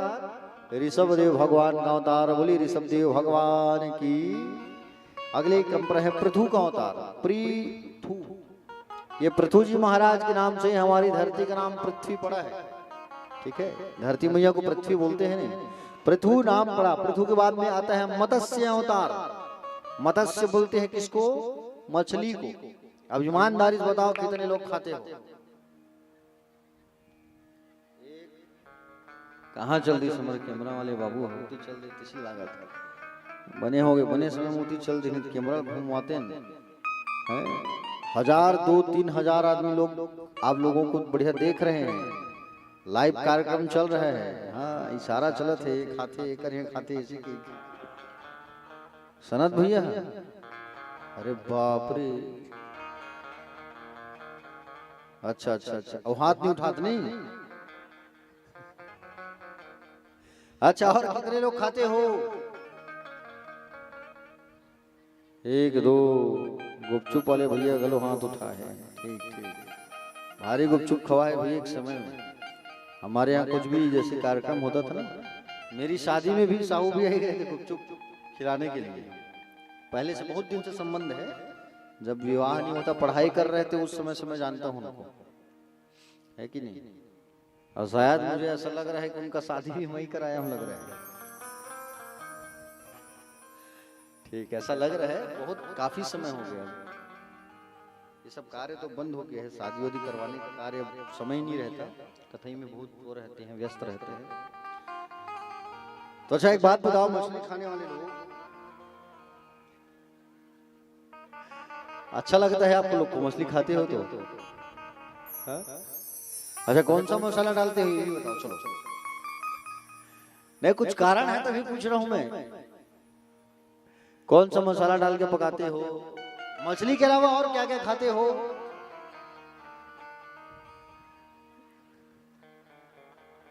शरद भैया, मछली के अलावा सब? अरे बाप रे, ठीक ठीक, सब खाओ जो बैठिएगा।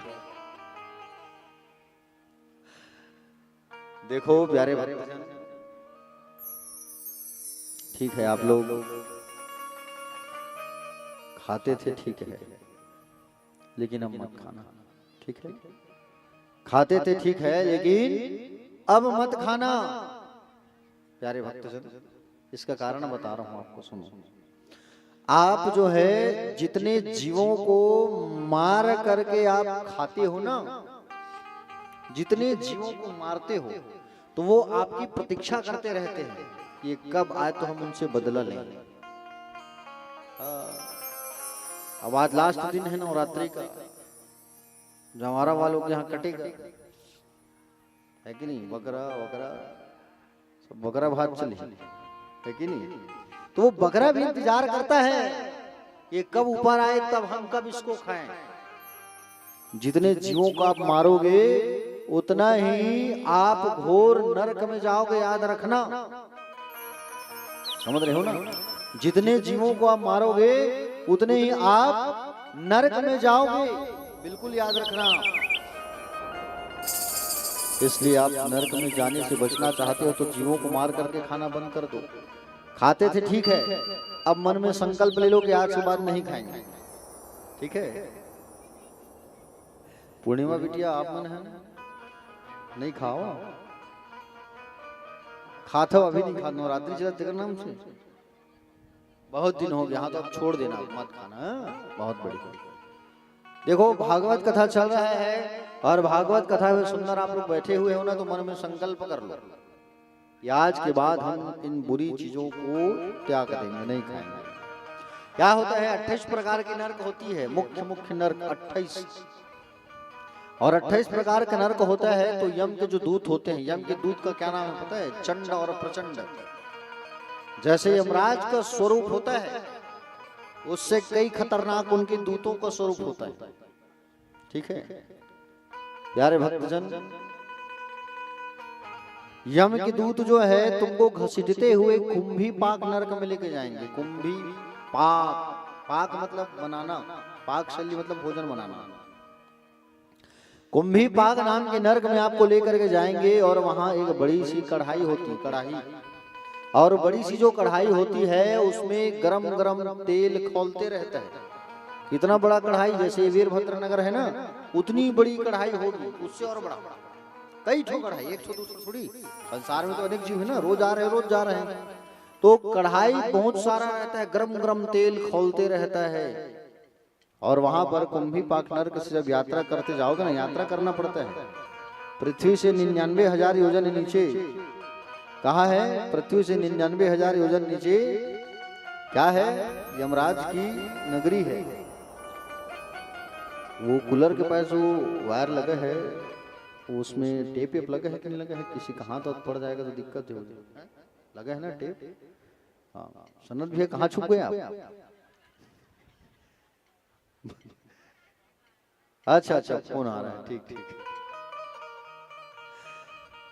प्यारे भक्तजन, तो दूत जो है यम के दूत जब आपको लेकर के जाएंगे, और यम के दूत जब लेकर जाएंगे कुंभी पाक नाम के नरक से लेकर के जाएंगे, तब पूछेंगे आपने किसी जीव को मार करके खाया है?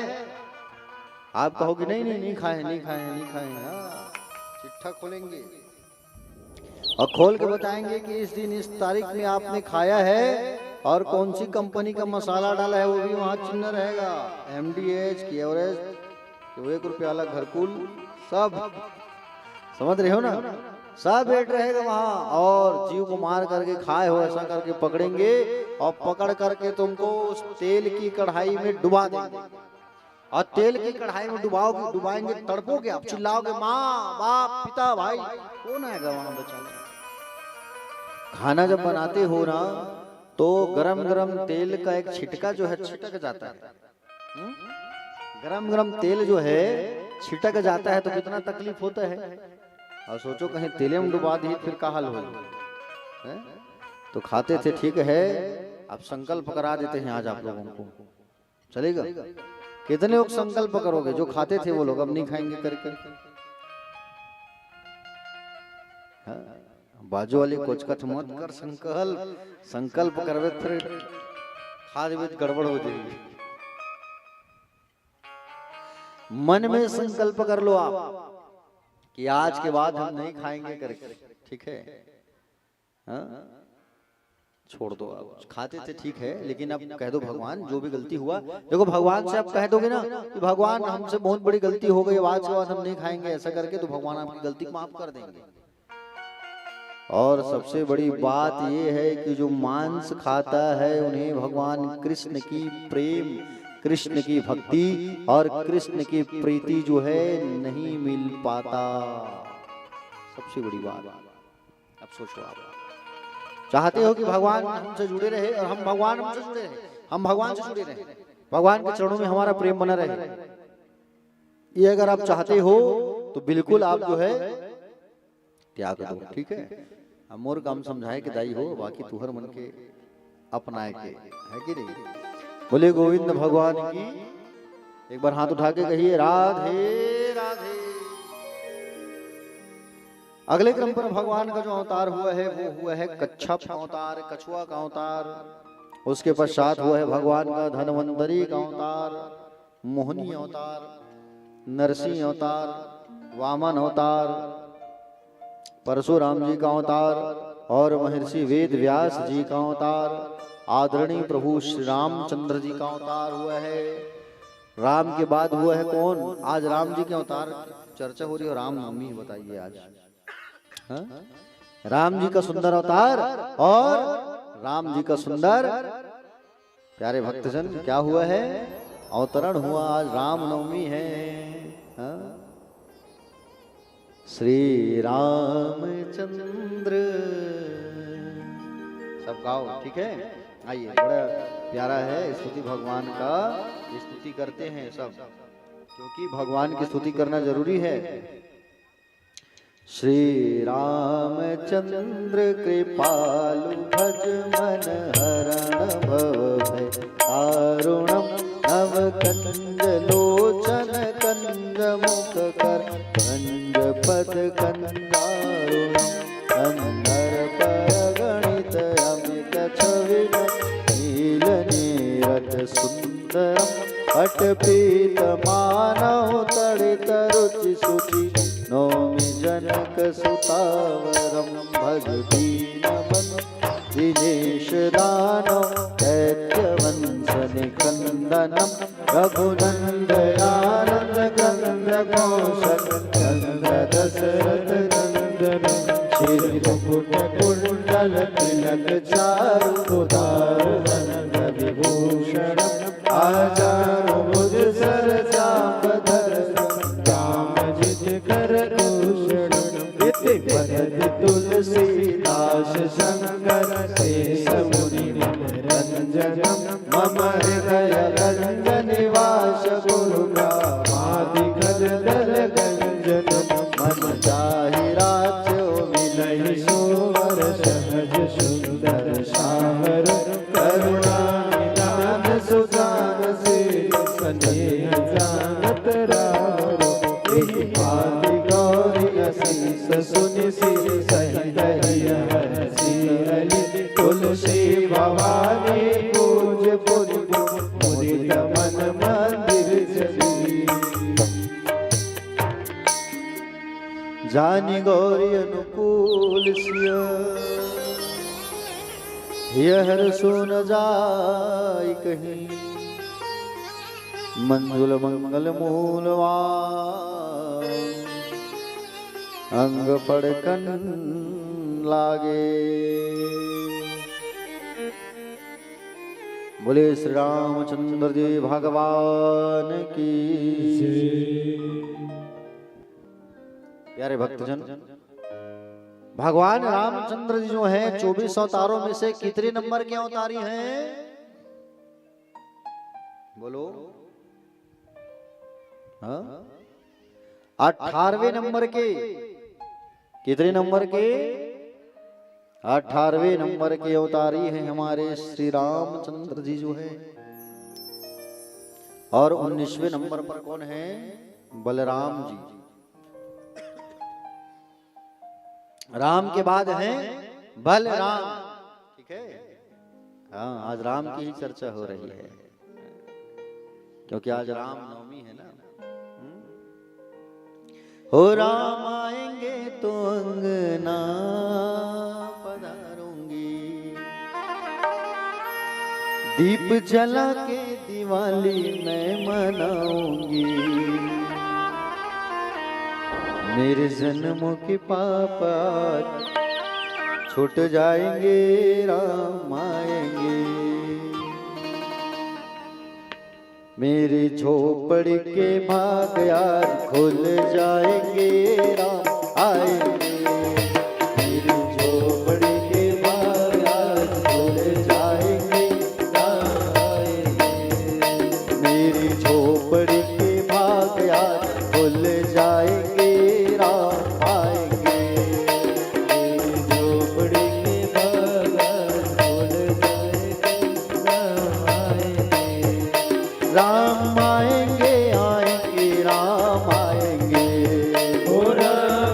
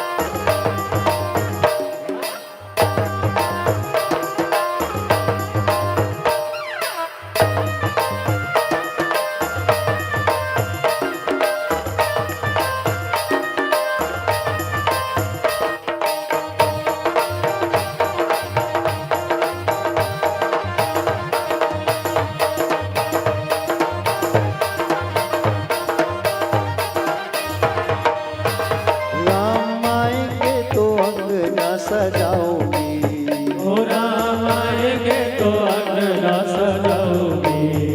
दीप जला के दिवाली मैं मनाऊंगी।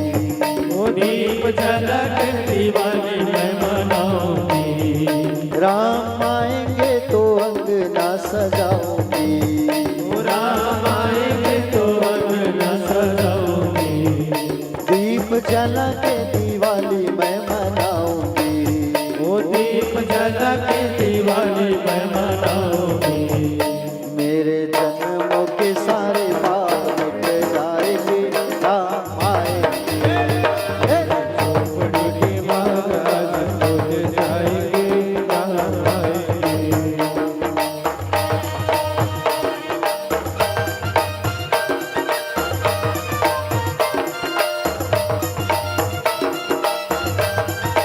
ये हो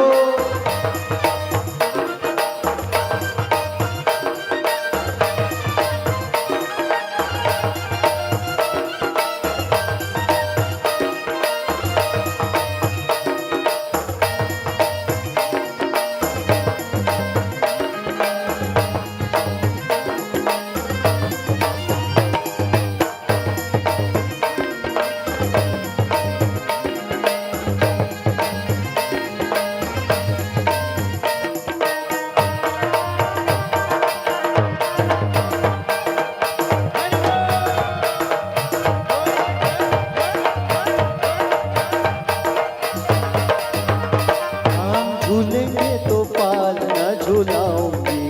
ओ राम झूलेंगे तो पालना झूलाऊंगी।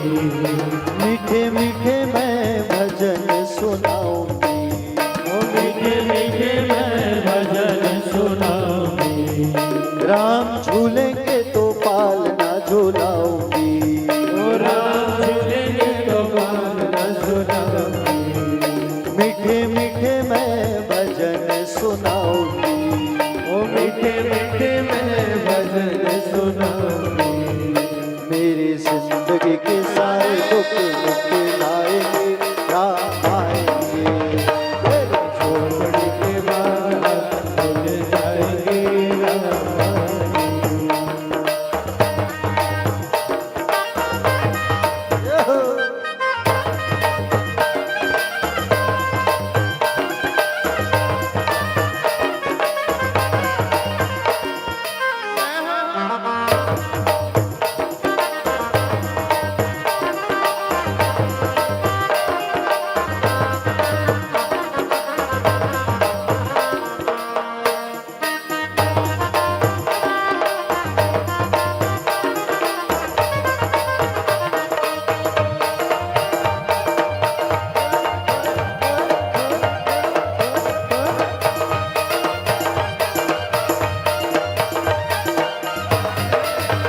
मैं तो रुचि रुचि भोग लगाऊंगी। मैं तो रुचि रुचि भोग लगाऊंगी। माखन मिश्री मैं राम को खिलाऊंगी। ओ माखन मिश्री मैं राम को खिलाऊंगी। मैं तो रुचि रुचि भोग लगाऊंगी। मैं रुचि रुचि भोग लगाऊंगी। माखन मिश्री मैं राम को खिलाऊंगी। ओ माखन मिश्री मैं राम को खिलाऊंगी। प्यारे प्यारे राधे प्यारे श्याम सुंदर आएंगे, श्याम आएंगे। मेरे झोपड़ी के बाग आज खुल जाएंगे, राम आएंगे।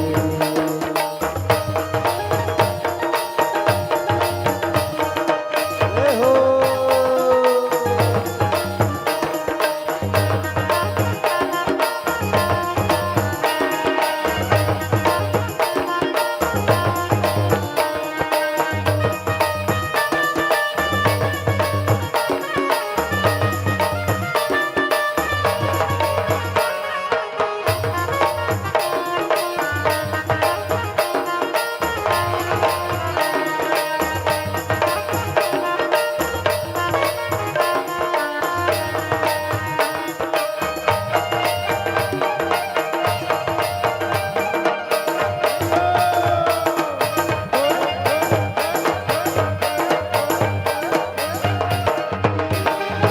जन्म सफल हो जाएगा, मेरा जन्म सफल हो जाएगा। तन झूमेगा और मन गीत गाएगा, तन झूमेगा और मन गीत गाएगा।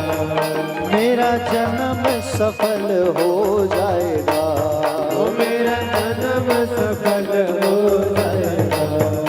तन झूमेगा और मन गीत गाएगा, तन झूमेगा और मन गीत गाएगा। राम सुंदर मेरी किस्मत चमकाएंगे, राम आएंगे। झोपड़ी के बाद आज खुल जाएंगे, राम आएंगे, आएंगे, राम आएंगे। ओ राम आएंगे, आएंगे, राम आएंगे। राम आएंगे, आएंगे, राम आएंगे। ओ राम आएंगे, आएंगे, राम आएंगे। मेरे ऊपर के बादल खुल जाएंगे, राम आएंगे। मेरे झोपड़ी के बादल खुल जाएंगे, राम आएंगे। मेरे ऊपर के बादल खुल जाएंगे, राम आएंगे। मेरे झोपड़ी के बादल खुल जाएंगे, राम आएंगे। हाँ, राम आएंगे, राम आएंगे, ओ राम आएंगे, राम आएंगे, हाँ, राम आएंगे। राम आएंगे। मेरी झोपड़ी के भाग आज खुल जाएंगे, राम आएंगे। बोले श्री रामचंद्र भगवान की जय हो। जय श्री राम। जय श्री राम। बैठ जाइए, बैठ जाइए। तो प्यारे भक्तजन, रामचंद्र जी भगवान 18वें नंबर के अवतारी हैं। 19वें नंबर पर हैं बलराम जी, बलदाव जी, और 20वें नंबर पर है भगवान श्री कृष्ण का। राम के बाद तुरंत कृष्ण का अवतार नहीं हुए हैं। राम जी के बाद बलराम जी आए हैं, और बलराम जी के बाद श्री कृष्ण चंद्र भगवान आए हैं। ठीक है प्यारे। 21वें नंबर पर है हरि का अवतार। हरि मतलब विष्णु। हरि के बाद में भगवान का हंस अवतार, हंस अवतार के बाद में बुद्ध अवतार, बुद्ध के बाद कल्कि अवतार। ये 24 अवतार। इस कलिकाल में भी भगवान का अवतार होगा कल्कि अवतार। ठीक है। जब खूब पाप बढ़ जाएगा, और पाप जब बढ़ जाएगा उसके पश्चात कलयुग की ये जो आयु है वो 800 वर्ष बचा रहेगा। समझ रहे हो ना? 800 साल जब बचा रहेगा कलयुग का आयु, तब भगवान का अवतरण होगा कल्कि रूप में, और फिर से धर्म का स्थापना होगा, फिर से सतयुग आएगा। समझ रहे हो? ये सतयुग, द्वापर, त्रेता, कलयुग आकर के कई बार चला गया। ऐसा नहीं कि ये कलयुग पहली बार चल रहा है, नहीं, आके चला गया है। प्यारे भक्तजन, श्री सुख जी महाराज बताने लगे कि ये 24 अवतार में से जो प्रत्यक्ष परिपूर्णतम अवतार है भगवान का, वो राम और कृष्ण है। ठीक है। राम कृष्ण लेकिन दोनों एक ही हैं। राम कृष्ण दो एक हैं, अंतर नहीं निमेष, एक के नयन गंभीर, एक के चपल विशेष। राम जी को देखोगे तो उनकी आंखों में गंभीरता मिलेगा, और कृष्ण जी की आंखों में आपको चपलता मिलेगा। समझ रहे हो ना? लेकिन दोनों एक ही तत्व है। प्यारे भक्तजन, सुखदेव जी भगवान जंगल में है, 24 अवतारों की कथा आपने सुना। एक समय की बात है, द्वापर के अंत में पराशर ऋषि के पुत्र व्यास जी ने भागवत की रचना की है। कैसे की है आओ बताते हैं। कलयुग के कलुषित प्राणियों के कल्याण के लिए, समझ रहे हैं ना, एक वेद के 4 भाग किए गए, और पंचम वेद किसे बनाया गया? महाभारत। ठीक है। एक एक करके व्यास जी ने 17 पुराण लिखा, 17, और एक एक करके जब उन्होंने 17 पुराण लिखा, फिर भी उनके मन को संतुष्टि नहीं मिला, और एक दिन चिंतित मन से बैठे थे व्यास जी भगवान, और चिंतित मन से जब व्यास जी भगवान बैठे हुए थे ना, तो उनके पास नारद जी आए।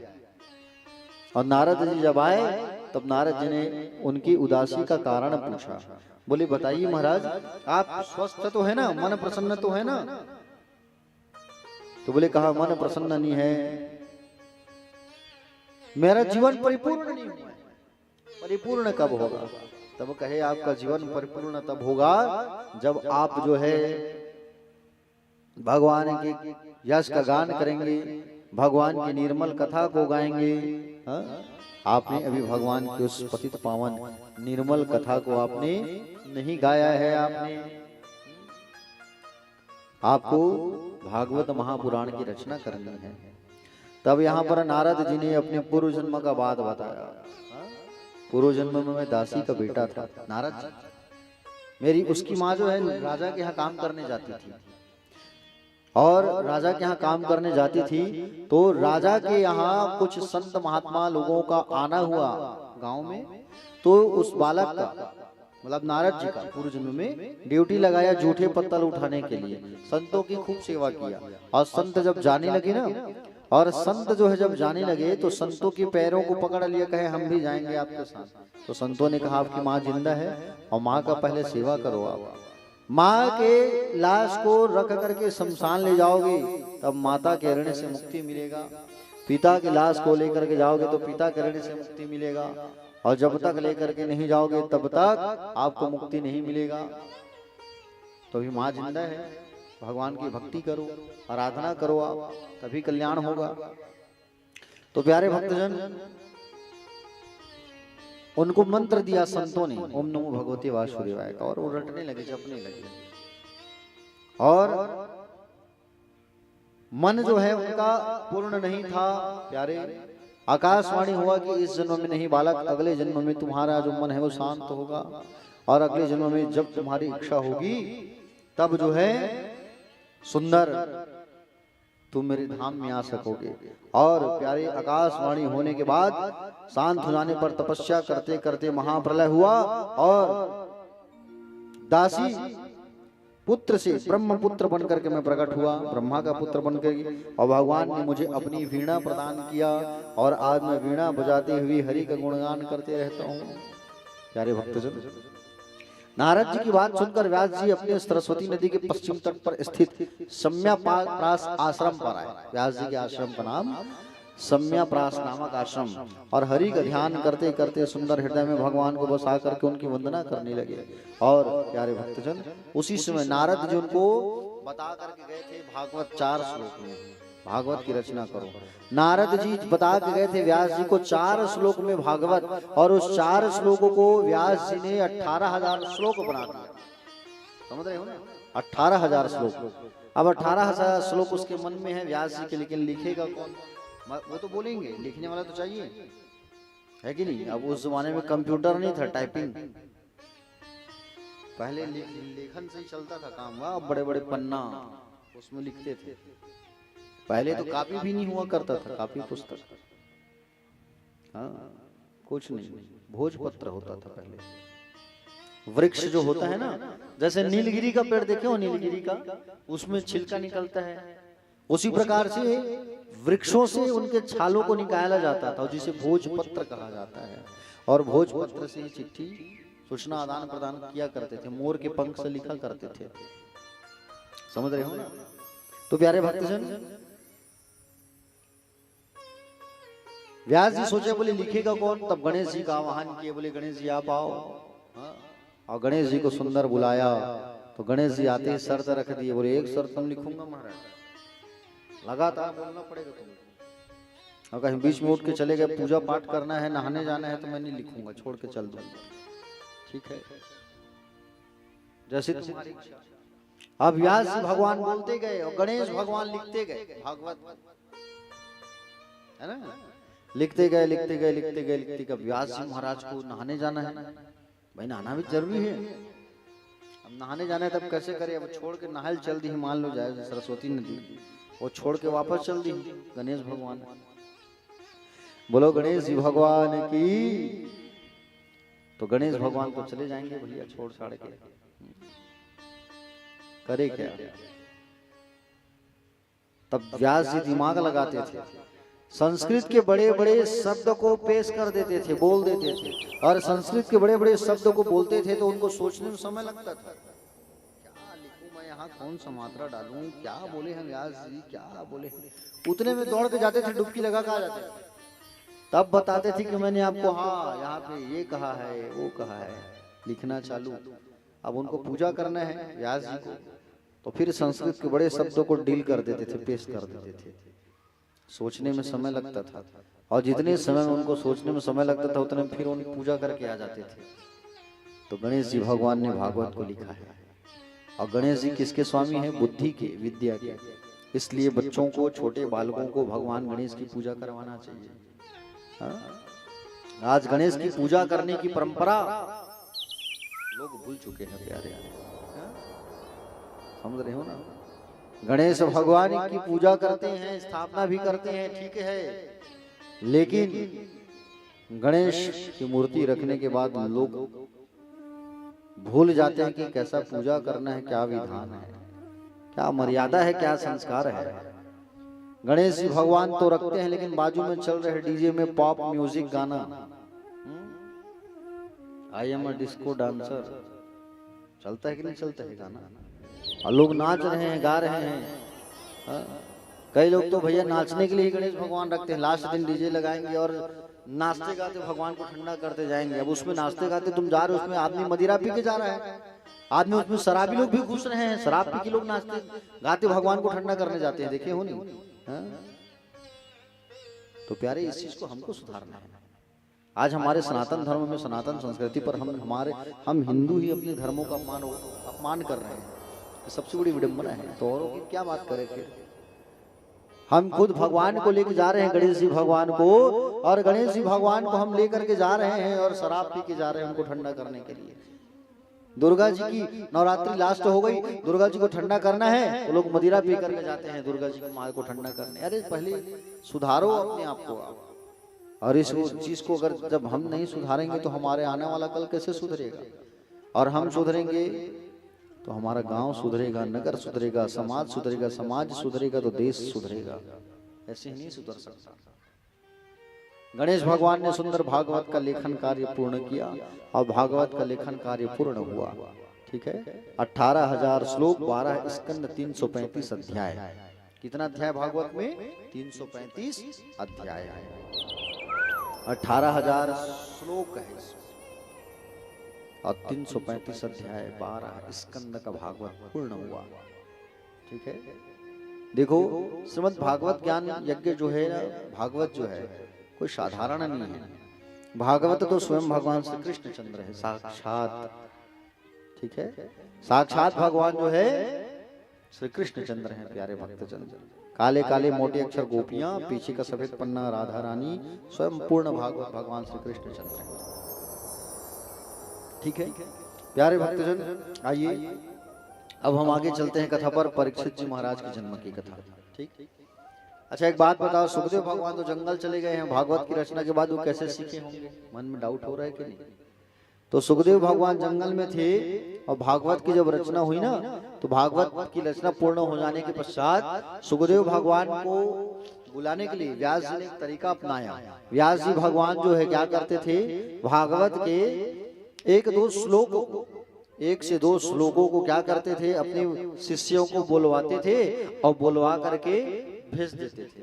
जाओ जंगल में गैया चराते चराते, जंगल में गैया चराते चराते आप क्या करना, बोले जंगल में, बोले गैया चराते चराते ना आप लोग जो है इस श्लोक को गाना कि बरह पीडम नटवर वपु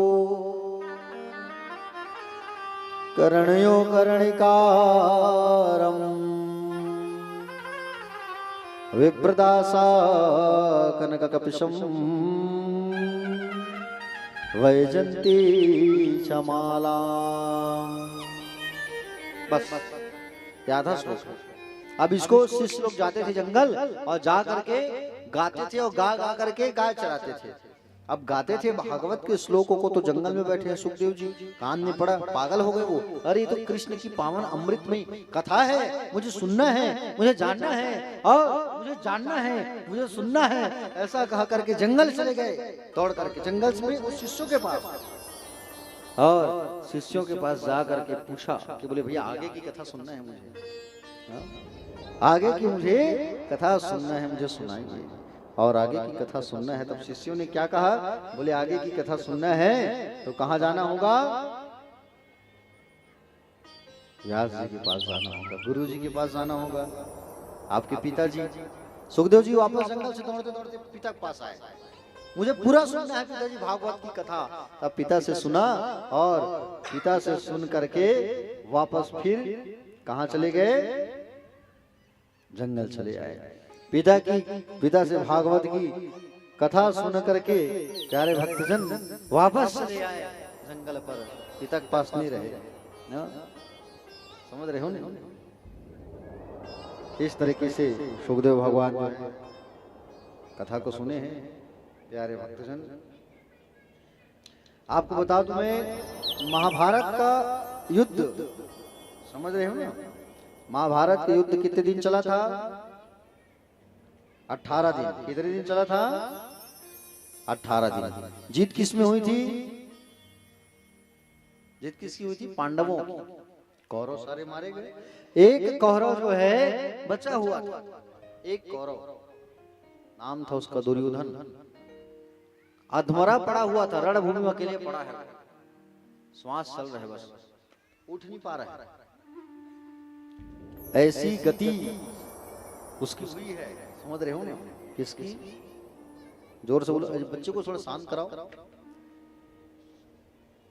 बच्चे लोग को थोड़ा बैठा दो, हल्ला कर रहे हैं। प्यारे भक्तजन, दुर्योधन जो है अधमरा मरा पड़ा हुआ है रणभूमि पर, और दुर्योधन का जो मित्र है अश्वत्थामा, कौन, जोर से बोलो, अश्वत्थामा किसका बेटा है, द्रोणाचार्य का। अब ये आया द्रोणाचार्य का जो बेटा है अश्वत्थामा, आके दुर्योधन को देखा, और दुर्योधन को देख करके कहा कि बोले मित्र तुम्हारी ये दशा जिसने किया उसको जिंदा नहीं छोड़ूंगा। बोले अच्छा, हम सब के सब भाई मर गए, कुछ नहीं हो पाया, तुम अकेले क्या करोगे। बोले पांडवों ने ये दशा तुम्हारी की है तो मैं अभी जाऊंगा और पांडवों का सिर काट करके ला के तुम्हारे चरणों में रख दूंगा। ठीक है भाई जाओ, तुम भी ट्राई कर लो। तो हम लोग तो सब थक गए, हार गए, नहीं हो पाया। अश्वत्थामा तलवार लेकर के गया, और तलवार लेकर के गया, जब जा रहा है उस समय भगवान को ये बात मालूम चल गया। भगवान पांडवों को, रात में सोए थे, पांडवों को उठा लिए, पांचों पांडव द्रौपदी सहित कहाँ ले गए, प्यारे भक्तजन, पांचों पांडव को द्रौपदी सहित उठा करके दूर ले गए भगवान स्नान कराने। और उसी समय अश्वत्थामा आया तलवार लेकर के, तो पांडव के बच्चे सोए थे, पांचों पांडव के 5 बच्चे हूबहू 2 कॉपी एकदम, समझ रहे हो नहीं, एकदम हूबहू पांडवों के जैसे, जैसे भीम का बेटा हट्टा कट्टा भीम के जैसे, और अर्जुन का बेटा अर्जुन के जैसे सब सोए थे। सिर को काट दिया अश्वत्थामा, मुंडी को काट के पकड़ के लाके दुर्योधन के सामने लिया। दुर्योधन ने देखा कि बोले अरे ये बच्चे का सिर है, मित्र तुमने बच्चों का सिर काट करके तुम क्यों लेकर के आए, बच्चे ही हमारे नाम से पिंड दान करते, तिलांजलि देते, अग्निदान मुखाग्नि देते, इसको भी तुमने मार डाला, बाल हत्या का भी पाप लग गया। उसी समय दुर्योधन मर गया, प्राणान। क्यों हुआ ये सब चीज पता है दुर्योधन के साथ, कौरवों के साथ, क्योंकि एक नारी का अपमान हुआ था। समझ रहे हो ना, नियति जो है जो कराती है अच्छा कराती है। सब लोगों ने द्रौपदी का अपमान होते हुए देखा था भरी सभा में, सब, इसलिए सबको मरना पड़ा है। द्रौपदी ने श्राप दिया था ना कि सबको मरना पड़ेगा, भरी सभा में उनका चीरहरण किया जा रहा था, और भरी सभा में उनका चीरहरण किया जा रहा था, सब बैठ के देख रहे थे, इसलिए सबको मरना पड़ा है। कर्ण नहीं मरता, लेकिन कर्ण वहां चुप रहा, कुछ बोला नहीं, इसलिए उसको भी मरना पड़ा कर्ण को। ठीक है। और द्रौपदी जो है साधारण कन्या नहीं है, द्रौपदी जो है, हाँ, समझ रहे हो ना, अग्नि की कन्या है साक्षात ही। 5 पांडवों के साथ रहती थी, लेकिन एक समय निर्धारित रहता था। भीम के साथ इतने दिन तक, अर्जुन के साथ इतने दिन तक। जब जब एक के साथ रहती थी ना, तो जब दूसरे पति के पास जाना रहता था तो उस शरीर को पूरा जला देती थी, और नया शरीर धारण करने के बाद दूसरे पति के पास जाती थी वो। समझ रहे हो ना, ये थी द्रौपदी। कई बार आप लोगों के कंफ्यूजन मन में होता होगा, डाउट, 5 पति की एक पत्नी कैसे? लेकिन जब एक पति के साथ समय में रहती थी तो अपने शरीर को जला देती थी, पूरा नया शरीर धारण करके जाती थी। समझ रहे हो ना, ये है द्रौपदी। द्रौपदी साक्षात दुर्गा का ही स्वरूप है, हाँ? जगदम्बा का ही स्वरूप है, याद रखना। प्यारे भक्तजन, अश्वत्थामा जो है सिर काटा है बच्चों का।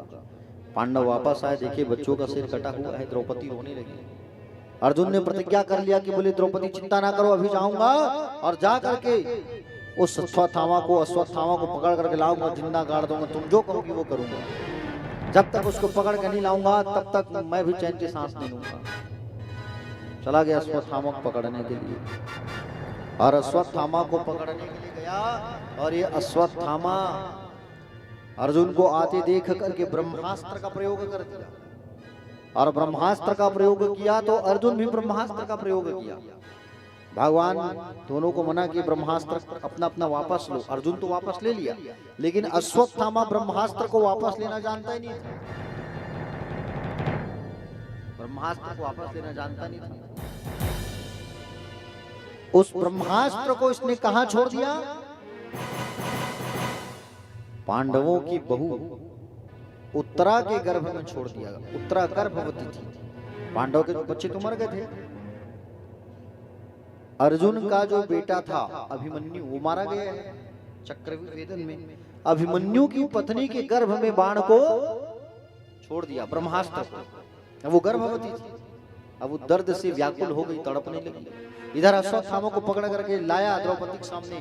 द्रौपदी के सामने जैसे ही पेश किया तो द्रौपदी देख रही है अश्वत्थामा को।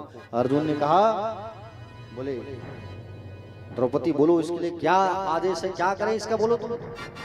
तो कहा कि बोले इसे छोड़ दो स्वामी। अरे कैसी बात कर रही हो तुम इसे छोड़ने कह रही हो, जिसके कारण आज हमारे बच्चों की मृत्यु हुई है, तुम उसे छोड़ने कह रही हो। बोले आज इसे आप मार दोगे ना तो इसकी माँ, आज मुझे तकलीफ हो रहा है, कल इसकी माँ को तकलीफ होगा। और ये तो तुम्हारे गुरु का पुत्र है, जिससे आपने धनुर्विद्या सीखा, जिसके कारण आप इस संसार में प्रख्यात हुए, धनुर्धारी अर्जुन। हाँ? और उसे मार दोगे तो गुरु के पुत्र का अपमान होगा, गुरु जी तुम्हारे नाराज हो जाएंगे, गुरु माँ का क्या हाल होगा। छोड़ दो।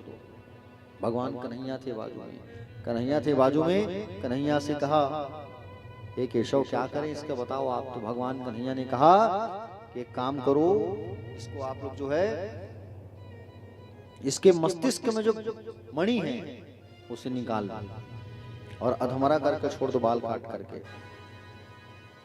अर्जुन ने वैसे किया, मस्तिष्क में जो मणि था उसे निकाल लिया, बाल काट के छोड़ दिया। भगवान श्री कृष्ण ने श्राप दे दिया अश्वत्थामा को, जब तक कलयुग रहेगा तब तक, कलयुग के अंत तक तुम जो है इस दर्द से व्याकुल रहोगे। जाओ, तुमने एक नारी के गर्भ में ब्रह्मास्त्र को छोड़ा है, मूर्ख, ब्रह्मास्त्र का अपमान किया है, और उस नन्हे से परिंदे का तुम जान लेना चाहते हो जो गर्भ में है। मैं तुम्हें श्राप देता हूं कि तुम कलयुग के अंत तक इस दर्द को तुम झेलते रहोगे, भोगते रहोगे। श्राप नहीं लिया, इसलिए आज भी जिंदा है अश्वत्थामा, मरा थोड़ी है। आज भी जिंदा है, दिखाई नहीं देता किसी को वो कहाँ है, लेकिन आज भी जीवित है, सत्य बात है। भगवान शंकर का भक्त है वो, शिव जी का। तो आज भी दर्द को कम करने के लिए प्रातः काल रोज 4 बजे 3:30 बजे अश्वत्थामा शिवलिंग की पूजा करता है। बीच में तो न्यूज में आया भी था, आप लोग न्यूज देखते होंगे, पता भी चला होगा। अश्वत्थामा जो है आता है पहाड़ में, मध्य प्रदेश में कोई पहाड़ है, वहाँ जंगल, मतलब पहाड़ में शिव जी का मंदिर है, वहाँ आता है करके। देखे थे क्या न्यूज में? जिंदा है अश्वत्थामा, ये सत्य बात है। हमारी जो पुराण है, शास्त्र है, वो झूठा नहीं है, सत्य छुपा हुआ उसमें, समझ रहे हो ना? हमारा जो देश अंग्रेजों का गुलाम था, ये भी बात शास्त्र में वर्णन है। क्या होगा, कैसे होगा, सब वर्णन है। अभी जो कोरोना जो आया था, वो भी वर्णन है। देश में अभिष्ट महामारी आएगी करके ये भी वर्णन था, शास्त्र में वर्णन, कोरोना महामारी आएगा करके। सारा चीज पुराण में, शास्त्र में छुपा हुआ। इसलिए कहते हैं कि शास्त्र को सुनो, पुराणों को सुनो, कथा को सुनो, जानो, इसलिए कहते हैं, समझ रहे हो ना? तो प्यारे भक्तजन, अश्वत्थामा को छोड़ दिया गया, बाल को काट के अपमान करके, ब्राह्मण का पुत्र था ना, मस्तिष्क से मणि को निकाला गया और मणि को निकाल करके छोड़ दिया गया, और मणि को निकाल करके अधमरा करके छोड़ दिए उस अश्वत्थामा को। अब इधर दर्द में व्याकुल हो रही कौन? उत्तरा, गर्भ में बाण है। सासू माँ के पास गई, सासू माँ के पास जाके कही, माँ बहुत तकलीफ हो रही है, मेरी पीड़ा को कम करो। द्रौपदी कहती है, जाओ कन्हैया के पास जा बेटा, वो तुम्हारे दर्द को दूर करेंगे, क्योंकि दुख को और चिंता को दूर करने वाले केवल चिंता हरण भगवान कन्हैया ही है। और किसी के पास मत जाना तुम, इन पांचों तुम्हारे ससुर के पास मत जाना, पांचों पांडव के पास, भरी सभा में मेरी लाज नहीं बचा पाए। हाँ? जाओ उनके पास जाओ। प्यारे भक्तजन, एक समय की बात थी, भगवान श्री कृष्ण चंद्र जो है, द्रौपदी, भगवान श्री कृष्ण चंद्र जो है, अपनी पत्नियों की परीक्षा लेने के लिए क्या किए, भगवान जो है अपनी उंगली को काट दिए और उंगली से खून निकलने लगा, और उंगली से खून निकलने लगा, चिल्लाने लगे, आओ बचाओ, मुझे ये खून निकल रहा है, रुक्मणी, सत्यभामा, डॉक्टर को बुलाओ, वैद्य को बुलाओ। सब आ गए भगवान की पत्नियां, लेकिन कोई तो उस खून को रोकने के लिए उपाय करते। सुन ली इस बात को द्रौपदी मैया, द्रौपदी को मालूम चला मेरे कन्हैया का, मेरे प्रभु का हाथ कटा है, और दौड़ करके गई और ये साड़ी को फाड़ करके, साड़ी की पल्लों को फाड़ करके उंगली में लपेट देती, खून तो बंद हो जाए प्रभु का। इतना वो लोग नहीं किए कोई उनकी पत्नियां, लेकिन किसने किया? द्रौपदी ने किया। उंगली में लपेटती है, लपेटती है, लपेटती है। भगवान गिन रहे हैं, द्रौपदी एक एक धागा को गिन रहे हैं भगवान, एक एक धागा के बदले इतना धागा दूंगा, समय आने पर संसार वाले देखते रह जाएंगे। 999 धागा था उस उंगली में, कितना धागा था? 999, और 999 धागे के बदले में भगवान ने 99,000 साड़ियों की बौछार कर दी। खींचने वाले को समझ ही नहीं आया, कि साड़ी है कि साड़ी है कि साड़ी बीच नारी है, कि नारी बीच साड़ी है कि साड़ी बीच नारी है।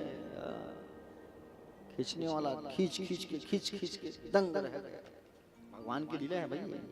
और भगवान का अवतार हुआ वहां पे, वस्त्रा अवतार। इस बात को कोई नहीं जानता।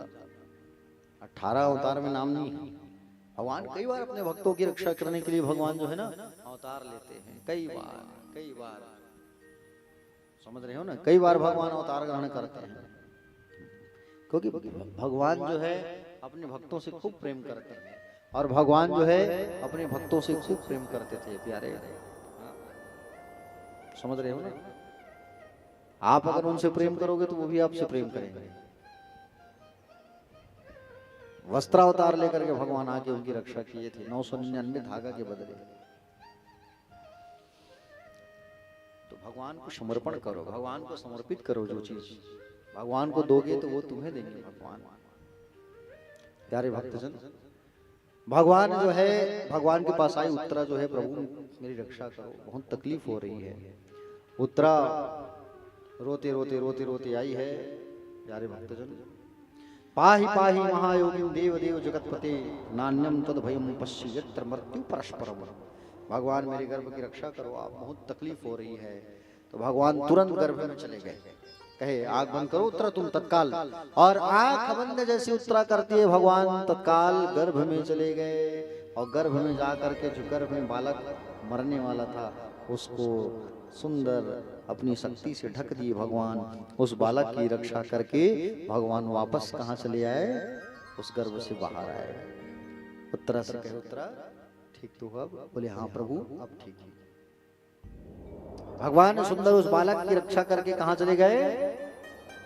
द्वारिका जा रहे थे। और द्वारिका जा ही रहे थे भगवान, तो भगवान को याद आ गया कि मुझे अपने एक भक्त से मिलना है। किससे?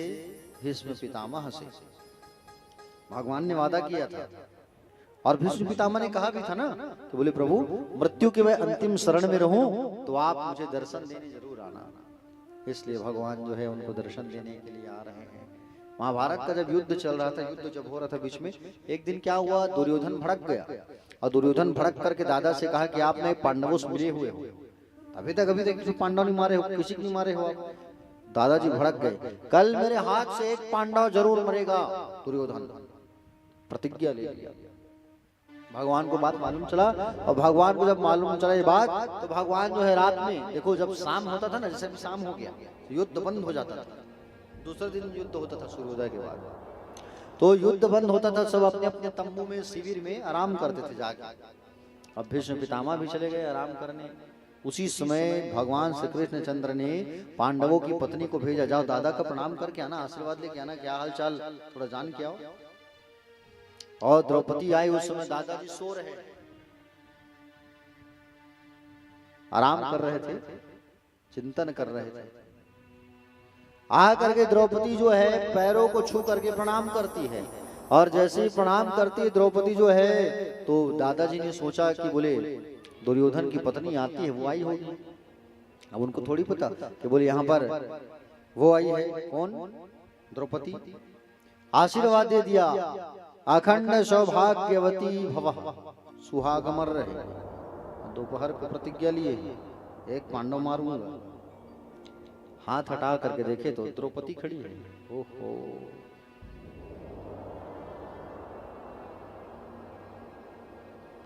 द्रौपदी खड़ी है, और हाथ को हटा करके जैसे देखे द्रौपदी खड़ी है, जान गए कि ये भगवान की लीला है। और बाहर आए भीष्म पितामह। भगवान खड़े हैं हाथों को बांध करके, हाथ को बांध करके भगवान खड़े हैं और मुस्कुरा रहे हैं। क्यों दादाजी, बोलो क्या प्रतिज्ञा लिए हो और अभी क्या बोल के निकल रहे हो तंबू से? प्रतिज्ञा की एक मारा जाएगा, और आशीर्वाद दे के निकले हैं, सुहाग अमर रहे, चूड़ी अमर रहे। ऐसा आशीर्वाद देते हैं नहीं, चूड़ी अमर रहे, आशीर्वाद ऐसा कई लोग बुजुर्ग लोग देते हैं, तो आशीर्वाद दे के निकल रहे हैं। भगवान से कहा प्रभु, बोले आप जो है दया निधान हो, कृपा निधान हो प्रभु, आप जीत गए और मैं हार गया। आप जीत गए और मैं हार गया। हार और जीत किसको हराना है, किसको जिताना है, भगवान के हाथों में होता है। जीवन की गाड़ी उनके हाथ में है। आप एक काम करना, अर्जुन को कहना शिखंडी को सामने रख के मुझे बाण मार दे कल, और मृत्यु के समय में जब मैं रहूं तो आप मुझे दर्शन देने जरूर आना। आप एक बार मुझे देखने आ जाना, जिस समय मृत्यु की शरण में रहूं ना, आप मुझे दर्शन देने जरूर आना। इतना तो करना स्वामी, जब प्राण तन से निकले, गोविंद नाम लेकर तब प्राण तन से निकले, इतना करना। इसलिए भगवान द्वारिका जाते जाते भीष्म पितामह को दर्शन देने आए हैं। पितामह सोए हैं, बाणों की सैया, बाणों का बिस्तर, अद्भुत बिस्तर, समझ रहे हो ना, बाणों का बिस्तर है, और बाणों के बिस्तर पर वो सोए हुए हैं। भगवान जब आए तो पांडवों को लेकर के चलो दादा का दर्शन करना, और दादा को साथ लेकर के जब आए, भगवान कहने लगे, देखो दादा, पितामह जी, आज आपके बच्चे जो है ना पूरे भारत के सम्राट बन गए हैं। देखो भीष्म पितामह की आंखों से आंसू टपक रहा है। प्रभु, संसार के सम्राट और राजा तो आप हो, संसार के सम्राट कौन है? बोले आप हो, राजा तो आप हो प्रभु, और आप कहते हो कि ये बड़े हैं। भगवान ने कहा, बोले पैरों की तरफ खड़े हो जाओ, पांडवों से कहे कि पैरों की तरफ खड़े रहो ताकि वो देखे और देख की बात करो, चरणों की तरफ जाओ प्यारे भक्तजन। और पैरों की तरफ खड़े होकर के कहे दादाजी आप अपने बच्चों को ज्ञान की बातें दे दो, बताओ कुछ सुना दो। तब ज्ञान की बातें बताने लगे, कहे कि देखो बेटा तुम राजा हो और राजा को प्रजा का ख्याल रखना चाहिए, प्रजा को कभी दुख मत देना। हाँ? और कहा कि बोले दान धर्मान राज धर्मान मोक्ष धर्मान विभागसा, दान करो यज्ञ करो लेकिन दान करो, पैसे कमाओ खूब, लेकिन उस पैसे का 10वां भाग दान करने से मत चुकना, दान करना। ये पांडवों को शिक्षा दे रहे कौन? दादाजी। प्यारे भक्तजन भगवान श्री कृष्ण सुंदर लेकर के आए हैं और जाते जाते पांडवों को आशीर्वाद दिए हैं। पांडवों से कहे कि बोले चलो मांगो, क्या क्या मांगना है मांग लो मुझसे। युधिष्ठिर से पूछा तो युधिष्ठिर ने कहा बोले मुझे आप जो है धर्म से पीछे न हटो ऐसा वरदान दे दो। अर्जुन से कहा तो कहा कि मैं आपको गुरु मानता हूँ, गुरु शिष्य का भाव बना रहे। भीम से कहा तो भीम तुम भी मांग लो, तो भीम ने कहा आप बोले प्रभु ये संसार वाले ना खूब बदनाम करते हैं, बहुत खाता है करके, तो खाते खाते आपको ना भूलूं ऐसा वरदान दे दो। जाओ दिया, खाओ लेकिन खिलाने वाले को मत भूलो जो खिलाता है, हाँ है कि नहीं। अब भगवान हमको खिला रहे, हम उसको खिलाने के लिए भूल जाते हैं। उनको खिलाओ, उनको बुलाओ, उनको नचाओ, उनको हंसाओ, हंसेंगे नाचेंगे गाएंगे मुस्कुराएंगे सोएंगे। करो तो पहले अनुभव करो, भगवान श्री कृष्ण हमारे सामने बैठे हैं और कथा सुन रहे हैं तो वो भी बैठे हैं मुस्कुरा रहे हैं ऐसा। हाँ? कौन कहता है भगवान आते नहीं, अच्युतम केशवम कृष्ण दामोदरम राम नारायणम जानकी वल्लभम, अच्युतम केशवम कृष्ण दामोदरम राम नारायणम जानकी वल्लभम, राम नारायणम जानकी वल्लभम। कौन कहता है भगवान आते नहीं, कौन कहता है भगवान आते नहीं, कौन कहता है भगवान आते नहीं, कौन कहता है भगवान आते नहीं। मीरा की तरह तुम बुलाते नहीं, मीरा की तरह तुम बुलाते नहीं। अच्युतम केशवम कृष्ण दामोदर, अच्युतम केशवम कृष्ण दामोदर राम नारायणम जानकी वल्लभम, राम नारायणम जानकी वल्लभम।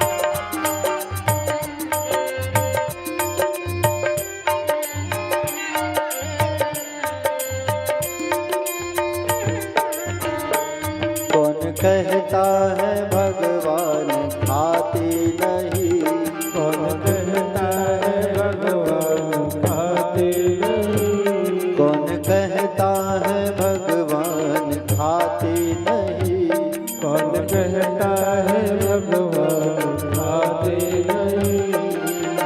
किसके तरीके से खिलाना चाहिए, किसके जैसे, किसने खिलाया था भगवान को, बोलो, गाओ गाओ सब। वीर सबरी के जैसे खिलाते नहीं, वीर सबरी के जैसे खिलाते नहीं, वीर सबरी के जैसे खिलाते नहीं, वीर सबरी के जैसे खिलाते नहीं। अच्युतम केशवम कृष्ण दामोदर, अच्युतम केशवम कृष्ण दामोदरम, राम नारायणम जानकी वल्लभम, राम नारायणं जानकी वल्लभम्।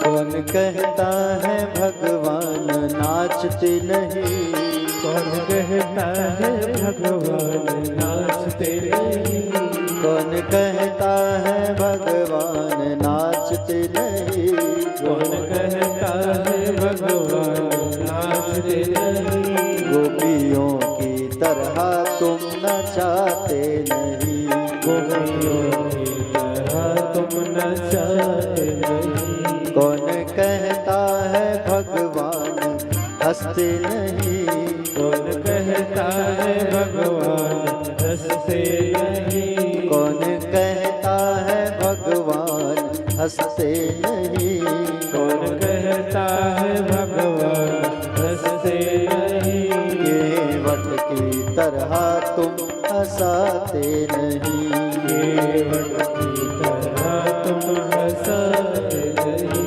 अच्युतम केशवम कृष्ण दामोदर, अच्युतम केशवम कृष्ण दामोदरम, राम नारायणम जानकी वल्लभम, नारायणं जानकी वल्लभम्, राम नारायणम जानकी वल्लभम,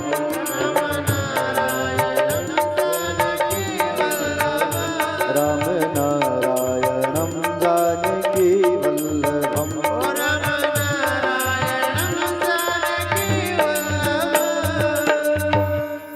राम नारायणम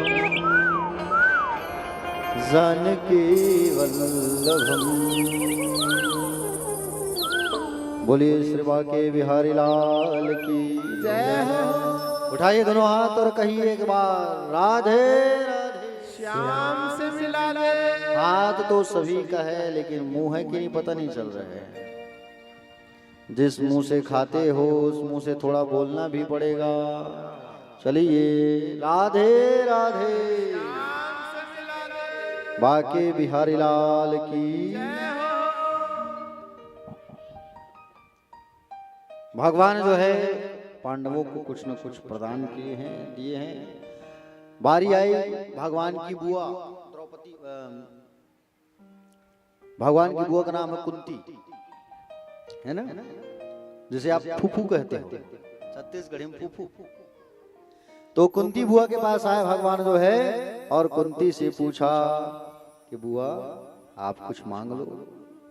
कुंती बोली एक ही वर दे दो गोपाल, विपदा सन्तु न शस्व तत्र तत्र जगत गुरु भवतु दर्शनम यस्य यत स्याद पुनः भव दर्शनम। बोले विपत्ति दे दो आप मुझे, दुख दे दो आप मुझे केवल दुख चाहिए, विपत्ति चाहिए और कुछ नहीं चाहिए, दुख दे दो आप। बोले बुआ दुख क्यों मांग रही हो आप? कुंती बुआ कही कन्हैया जब दुख रहता है ना तो ये मन आपको याद करता है, और दुख नहीं रहता ना तो ये मन जो है आपको याद नहीं करता, इसलिए दुख दे दो आप। दुख में सुमिरन सब करे, सुख में करे न कोई, जो सुख में सुमिरन करे सो दुख काहे होए। दुख दे दो मुझे, दुख रहो, जब मैं दुखी रहूंगा ना तब आप कम से कम मेरे साथ रहो, इसलिए दुख मांगा है। इसलिए दुख आए जीवन में तो घबराना मत, दुखों के स्वामी तो साथ बैठे हैं हमारे, किस बात की चिंता, टेंशन किस बात की। प्यारे भक्तजन, जीवन में जब भी दुख आए, टेंशन आए, तकलीफ आए, सब दुख को, टेंशन को, चिंता को दूर कर दो, और दुख, टेंशन, चिंता को दूर करके केवल भगवान का नाम भजो। कृष्ण कृष्ण कृष्ण कृष्ण, केवल कृष्ण कृष्ण कहो आप, और कुछ मत कहो। समझ रहे हो ना प्यारे भक्तजन? आपको बता दूं मैं, भगवान ने दुख दिया है बुआ को, और भगवान चले गए। भगवान के जाने के बाद कुछ समय बाद उस बालक का जन्म हुआ, अभिमन्यु का बेटा।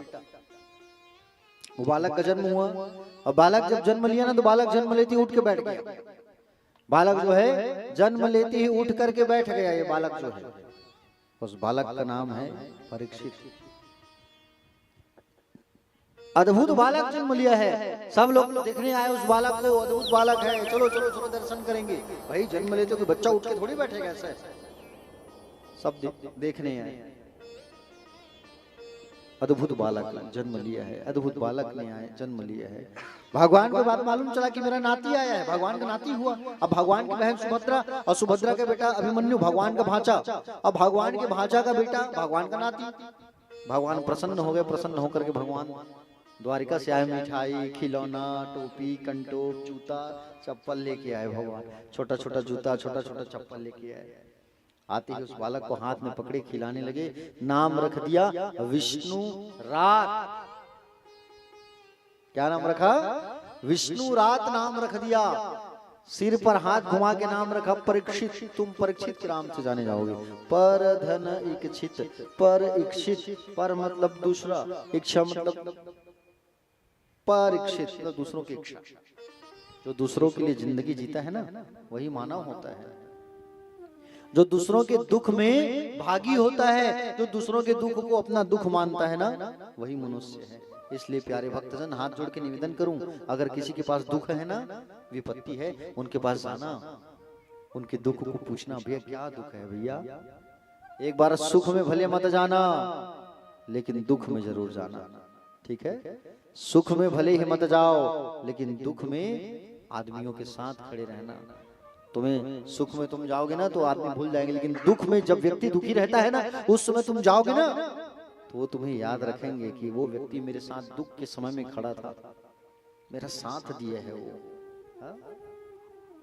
इसलिए उस पल को कभी मत भूलना। हमारे कॉलेज में एक प्रोफेसर थे, डॉक्टर लक्ष्मीकांत साहू जी, साहू सर। और जब हमारे यहाँ, जब मेरे यहाँ पूज्य पिताजी का जब सड़क दुर्घटना हुआ, उस समय वो कॉलेज के हमारे professor doctor Laxmikant Sahu sir जो है, मेरे साथ 2 घंटा बैठे थे अस्पताल में, अकेला है ये करके। अब उस समय 22 साल की उम्र था। तो उस क्षण में, दुख की घड़ी में वो मेरे साथ थे, दुख की घड़ी में। इसलिए मैं आज तक उनको नहीं भूला हूँ, और वो आज तक मुझे नहीं भूले हैं। इसलिए वो आज भी आते हैं मेरे से मिलने के लिए, मुलाकात करने के लिए बिल्कुल पधारते हैं। कहते नहीं, हाँ मैं फोन करूंगा, आएंगे वो, आप लोगों को मिलवाऊंगा हमारे साहू सर से, ठीक है। तो व्यक्ति जब दुख में रहता है ना, तो दुख में बिल्कुल आप लोग याद किया करो, जिनके पास दुख रहता है तो जरूर उनके पास आएगा। जैसे कोई खत्म हो गया, कोई पड़ोसी में कोई खत्म हो गया बेचारा, कोई गरीब, हाँ, अब उसके पास पैसा नहीं है 10 गात्र कर्म करने के लिए, भोजन कराने के लिए, तो उनके दुख में शामिल हो जाओ। आपके पास पैसा है तो अन्न का दान कर दो, बोले भोजन का व्यवस्था करवा दो, लेकिन करो, वो पुण्य, बहुत पुण्य मिलेगा आपको, याद रखना, ठीक है ना। प्यारे भक्तजन, आपको बता दूं मैं, परीक्षित का सुंदर जन्म हुआ और उसके बाद आशीर्वाद देकर के भगवान द्वारिका चले गए। और भगवान द्वारिका गए ना, तो अर्जुन गया था भगवान को छोड़ने के लिए, और भगवान जब गया था, अर्जुन जो है गए थे भगवान को छोड़ने के लिए, उस समय, उसी समय वो क्षण था, वो माहौल था जब भगवान अपने शरीर को छोड़ करके गोलोक धाम जा रहे थे। समझ रहे हो ना, ये गोलोक धाम कैसे बना है पता है आपको? हम लोग कहते हैं ना गोलोक धाम, गोलोक धाम। ये गोलोक धाम को बनाया है किसने? विश्वकर्मा जी ने, भगवान शंकर ने बनाया गोलोक धाम, और सुंदर नगर बनाया। नगर बना करके सुंदर वहां पर भगवान विष्णु को बैठाए, और विष्णु जी को बैठा करके सुंदर अभिषेक किया, आरती पूजा किया, और कहा कि आज से आप हमारे आराध्य, और इस नगर का नाम होगा गोलोक धाम। तो उस गोलोक धाम में कौन रहते हैं? राधा जी और भगवान श्री कृष्ण। भगवान शिव जी ने, भगवान शंकर ने बनवाया उस गोलोक धाम को, जहां पर राधा रानी और हमारे कन्हैया जी रहा करते हैं। समझ रहे हो ना? तो भगवान उसी समय अपना 125वां वर्ष पूर्ण करके भगवान अर्जुन आदि के सामने भगवान चले गए। अर्जुन को बहुत दुख लगा प्यारे, तो भगवान के उनके साथ, हमेशा उनके साथ रहते थे। और भगवान जब स्वधाम गए, भगवान की पत्नियों को लेकर के अर्जुन आ रहे थे, क्योंकि द्वारिका डूबने वाला था समुद्र में ना, तो भगवान ने कहा था मेरी पत्नियों को लेकर चले जाओ अर्जुन, जाओ, मैं तुम्हारे साथ नहीं रह सकता। वो अर्जुन आया, और अर्जुन जैसे ही आया प्यारे, इतना रोने लगा, इतना रोने लगा, भगवान हमें छोड़ के चले गए। देखो, जब अपना कोई साथी साथ छोड़ जाता है, हमारा कोई अपना रहता है, हमारा कोई अपना रहता जो हमें छोड़ के चला जाता है ना, तो प्यारे भक्तजन, जब कोई हमारा अपना हमको छोड़ के चला जाता है तो कितना दुख होता है। और सोचो, जगत के स्वामी, जगत को चलाने वाले कहीं अगर संसार को छोड़ करके चले जाए तो हमको कितना कष्ट होगा, इतना दुख हुआ अर्जुन को। अर्जुन आने के बाद किसी से बात नहीं करता था, चुप रहता था। एक दिन बड़े भैया युधिष्ठिर ने पूछा, बोले अर्जुन तुम्हारे चेहरे का तेज कैसे नष्ट हो गया है, कैसे तुम चुप रहते हो, बात तो नहीं करते भाई, बोलो बोलो मेरे प्रिय भ्राता अर्जुन, क्यों चुप रहते हो तुम? अर्जुन ने कहा, भैया क्या बताऊं आपको। अर्जुन, चेहरे की जो चमक है वो 2 से 3 कारणों में जाता है। पहला गौ माता का वध, दूसरा वैश्यगमन, तीसरा पाप। क्या किया है तुमने? बोले प्रभु मैंने कुछ नहीं किया है। तो क्या तुम्हारा कोई अपना कोई तुम्हें छोड़ के चला गया अर्जुन? बोले हाँ भैया, हमारे अपने ही तो हैं वो, जो हमें छोड़ करके चले गए। बोले कौन? भगवान श्री कृष्ण। कैसी बात कर रहे हो तुम अर्जुन? द्वारकाधीश हमें छोड़ के नहीं जा सकते? भैया हमें छोड़ के वो चले गए, संसार को त्याग दिया और गोलोक धाम चले गए। हमें छोड़ करके चले गए वो बंसी वाले भगवान, वो मोर मुकुट पीतांबर पहने हुए भगवान हमें छोड़ करके चले गए। भैया हम क्या बताएं आपको। अर्जुन गिर पड़ा रोते रोते कि भगवान हमें छोड़ करके चले गए। इस बात को भगवान की बुआ जब सुनी, कुंती बुआ, हे राम हे कृष्ण कहा करके प्राण को त्याग दे प्यारे। अर्जुन युधिष्ठिर सबने सोच लिया कि अब हम इस संसार में नहीं रहेंगे। अरे जब हमारे भगवान, हमारे स्वामी, हमारे अन्नदाता ही नहीं रहे तो हम संसार में रह के क्या करेंगे? हम भी चले जाएंगे। हमारे भगवान हमें छोड़ करके चले गए। हमारे कन्हैया, हमारे प्राण, हमारे मुरली वाले, हमारे द्वारकाधीश यशोदानंदन भगवान हमें छोड़ करके चले गए, जो हमारा पल पल साथ देते थे, हर दुख में हमारा साथ दिया, हर क्षण में हमारा साथ दिया। अरे हमने क्या नहीं करवाया, अपना रथ का सारथी बनवाया, उन्हें ड्राइवर बनवाया अपना, और अपना कितना काम करवाया उनसे, और आज वो हमें छोड़ करके चले गए। हे भगवान, अर्जुन की माँ तो तुरंत ही मर गई। हाँ, इस बात को सुन करके कितने लोग मर गए भगवान के जाने की खबर सुन करके। पांडवों ने निश्चय कर लिया कि हम अपने प्राण को त्याग देंगे, हम भी नहीं रहेंगे यहाँ, हम भी चले जाएंगे। परीक्षित बच्चा था, उतना बड़ा नहीं हुआ था।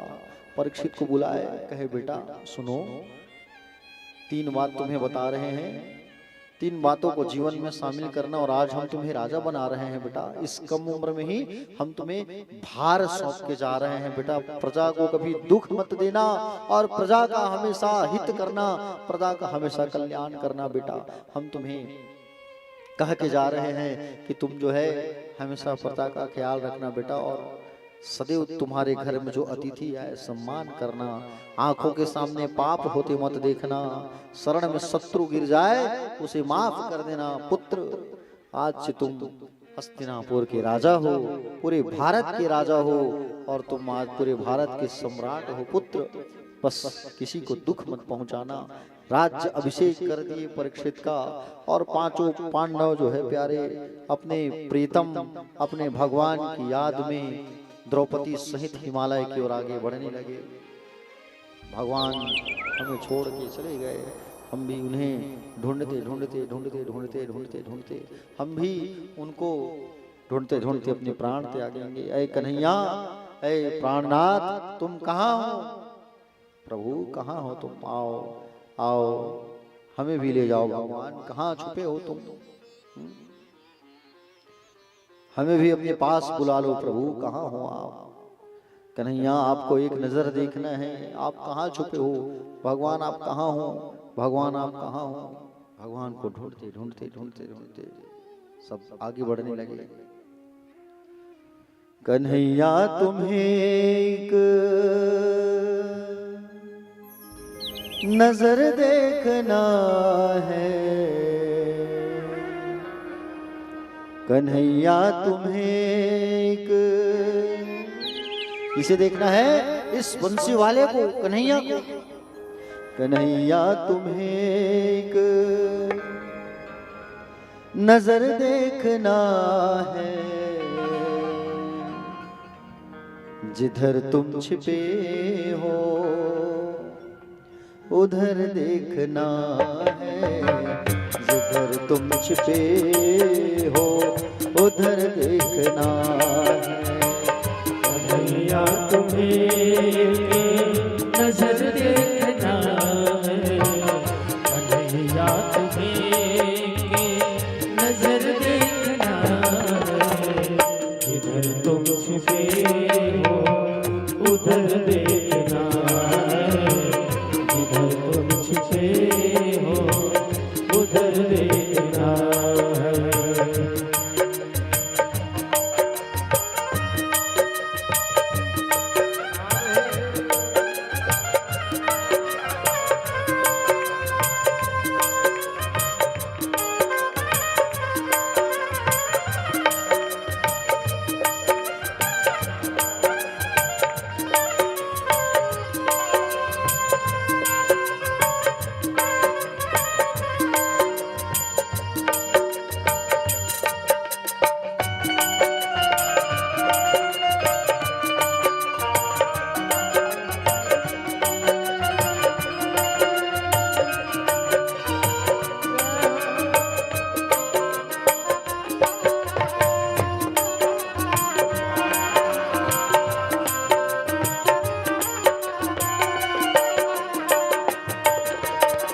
विदुर भीलनी के जो घर तुमने देखे, विदुर भीलनी के घर देखे, विदुर भीलनी के जो घर तुमने देखे, विदुर भीलनी के घर तुमने देखे, तो तुमको हमारा, तो तुमको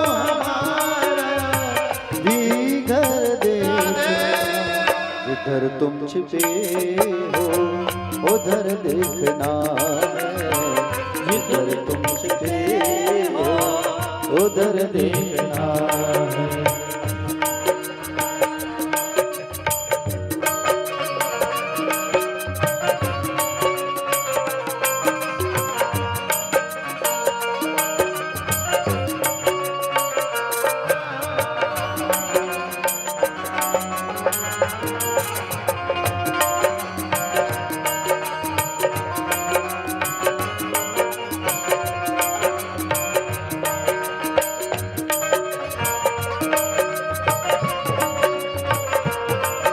राधे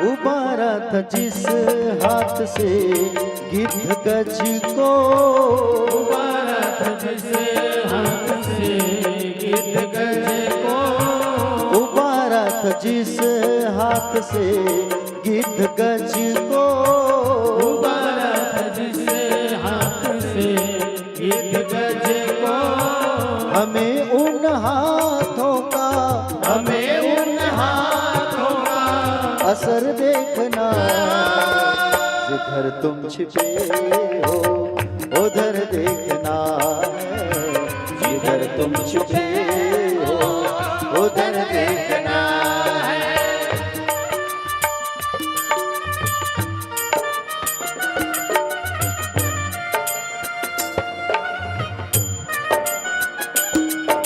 राधे हे श्याम चले आओ।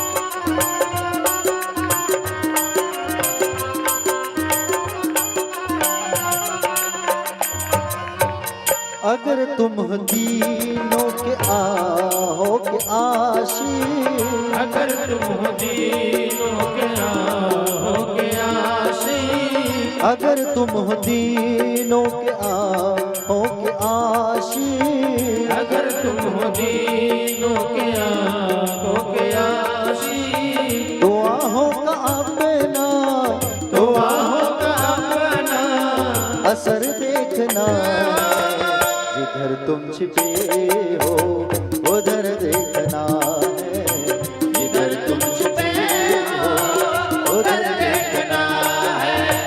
कन्हैया तुम्हें एक नजर देखना है, कन्हैया तुम्हें एक नजर देखना है, जिधर तुम छिपे हो उधर देखना है, जिधर तुम छिपे हो उधर देखना है, जिधर तुम छिपे हो उधर देखना है, जिधर तुम छिपे हो उधर देखना है, जिधर तुम छिपे हो उधर देखना है। बोले बाके बिहारी लाल की जय राधा रमण लाल की जय। पांचों पांडव द्रौपदी सहित स्वर्गारोहण के लिए निकल गए और सबसे पहले द्रौपदी गिरी, द्रौपदी का प्रणाम किया और द्रौपदी के बाद नकुल, सहदेव, अर्जुन, भीम शरीर को, इस देह को लेके केवल ऊपर युधिष्ठिर गए और एक झूठ के कारण नर्क को दिखाया गया था दूर से, एक झूठ के कारण अश्वत्थामा हाथी मारा गया। अब सोचो हम कितना झूठ बोलते हैं। पांडवों ने प्यारे अपने जीवन में केवल एक ही लक्ष्य रखा था पांडवों ने कि भगवान कन्हैया के चरणों में प्रेम, बाके बिहारी के चरणों में अनवरत प्रीति बढ़ाओ, अनवरत अपार प्रेम बढ़ाओ। केवल प्रेम करो उनसे, जितना प्रेम करोगे भगवान से उतना वो प्रसन्न होंगे प्यारे। मैं तो करता हूँ और मैं इस लाइन में जुड़ा हुआ हूँ, आप भी मेरे साथ जुड़ जाओ, आप भी प्रेम करो भगवान से, ठीक है। बड़ा आनंद आता है भगवान से प्रेम करने में, और वो जो आनंद जो रस मिलता है ना वो कहीं नहीं, भगवान के प्रेम में डूबने से। पांडवों के जाने के बाद राजा परीक्षित राज्य करने लगा। सुंदर राजा का विवाह हुआ इरावती कन्या के साथ। 4 बेटे हुए परीक्षित के। बड़े बेटे का नाम था जन्मेजय। बड़े बेटे का क्या नाम था? जन्मेजय। जन्मेजय जो है कौन सी कथा सुना है? देवी भागवत, देवी भागवत की कथा सुना, व्यास जी ने सुनाया। प्यारे भक्तजन, इनके पिता ने श्रीमद् भागवत सुनी और उसने देवी भागवत की कथा सुनी। समझ रहे हो ना? तब उनके मन को शांति मिला। नहीं तो जन्मेजय जो है ना, खैर वो अंतिम दिन की कथा है, अभी नहीं बताऊंगा। तो प्यारे भक्तजन, परीक्षित जी जो है सुंदर राजपाट चलाने लगे। बढ़िया सुंदर राजपाट चलने लगा परीक्षित का। परीक्षित जी के शासन काल में कोई दुखी नहीं रहता था, सब बिल्कुल एकदम प्रेम, प्रजा से प्रेम, कोई दुखी नहीं रहता था। कोई गरीब भी आता था ना, था मेरी बेटी की शादी करना है महाराज राजा, तो सब प्रबंध शादी का। हाँ प्यारे भक्तजन, एक बार राजा परीक्षित ने सोचा कि मेरे दादा पर दादाजी लोग मेरे लिए कुछ रखे होंगे, ऐसा करके खजाने वाले कमरे में गए। कहाँ गए? जोर से बोलो। खजाने वाले कमरे में गए। और खजाने वाले कमरे में जब गए तो खजाने वाले कमरे में जब गए तो खजाने वाले कमरे में जैसे ही गए ना, तो वहां पर एक पुराना संदूक रखा था, पेटी। परीक्षित जी गए, पेटी रखा था बहुत बड़ा। अब वो पेटी को खोला तो पेटी को जैसे परीक्षित जी ने देखा, खोला, बोले मेरे दादा परदादा कुछ रखे होंगे। और जैसे खोले तो उसमें स्वर्ण का मुकुट था, सोने का मुकुट। कौन लाया था मुकुट को? भीम। किसका मुकुट था? जरासंध राक्षस का, अधर्मी का मुकुट रखा था। परीक्षित ने देखा तो परीक्षित देख करके कहा कि इसे पहन लो चलो। अब पहन करके दिग्विजय करने निकल गए परीक्षित जो है, शिकार करने, सोने का मुकुट पहन के। मार्ग में जैसे आगे बढ़े परीक्षित जी महाराज, तब क्या देखा? परीक्षित ने देखा कि प्यारे भक्तजन कि बोले एक काला पुरुष दंडपास, दंड रस्सी, तलवार पकड़े मार रहे हैं गौ माता को, और उस तलवार से काट दिया है 3 पैर बैल का। गौ माता को मार रहा है दंडपास से और तलवार से काटा है बैल के 3 पैर। बैल एक पैर में खड़ा है, दोनों अपने दुख को बांट रहे हैं। गाय और बैल अपने दुख की चर्चा कर रहे हैं दोनों। वो कह रहा है कि बोले राजा परीक्षित ने, बोले कलयुग क्यों आया, भगवान क्यों चले गए? राजा परीक्षित ने देखा कि बोले ये काला पुरुष कौन है? वो काला पुरुष कौन था? कलयुग था, क्योंकि द्वापर का अंत, भगवान के जाने के बाद कलयुग का आगमन। वो काला पुरुष कोई दूसरा नहीं, कलयुग था। वो बैल कौन था? धर्म था, धर्मराज, धर्म। और वो गाय कौन थी? पृथ्वी मैया रो रही थी। 3 पैर कटा है, सत्य, तप और दया, दान में वो टिका हुआ है, दान में खड़ा हुआ है। अब जैसे ही परीक्षित ने देखा, तलवार लेकर के दौड़ गया कि मेरे शासन काल में कौन ऐसा गलत कार्य कर रहा है। दौड़ गए, क्योंकि दादाजी लोग बोले थे ना, आंखों के सामने पाप होती मत देखना। पाप कर्म हो रहा है, पाप को रोकना चाहिए। पाप को नहीं रोकेंगे तो हम भी पाप के भागी बन जाएंगे।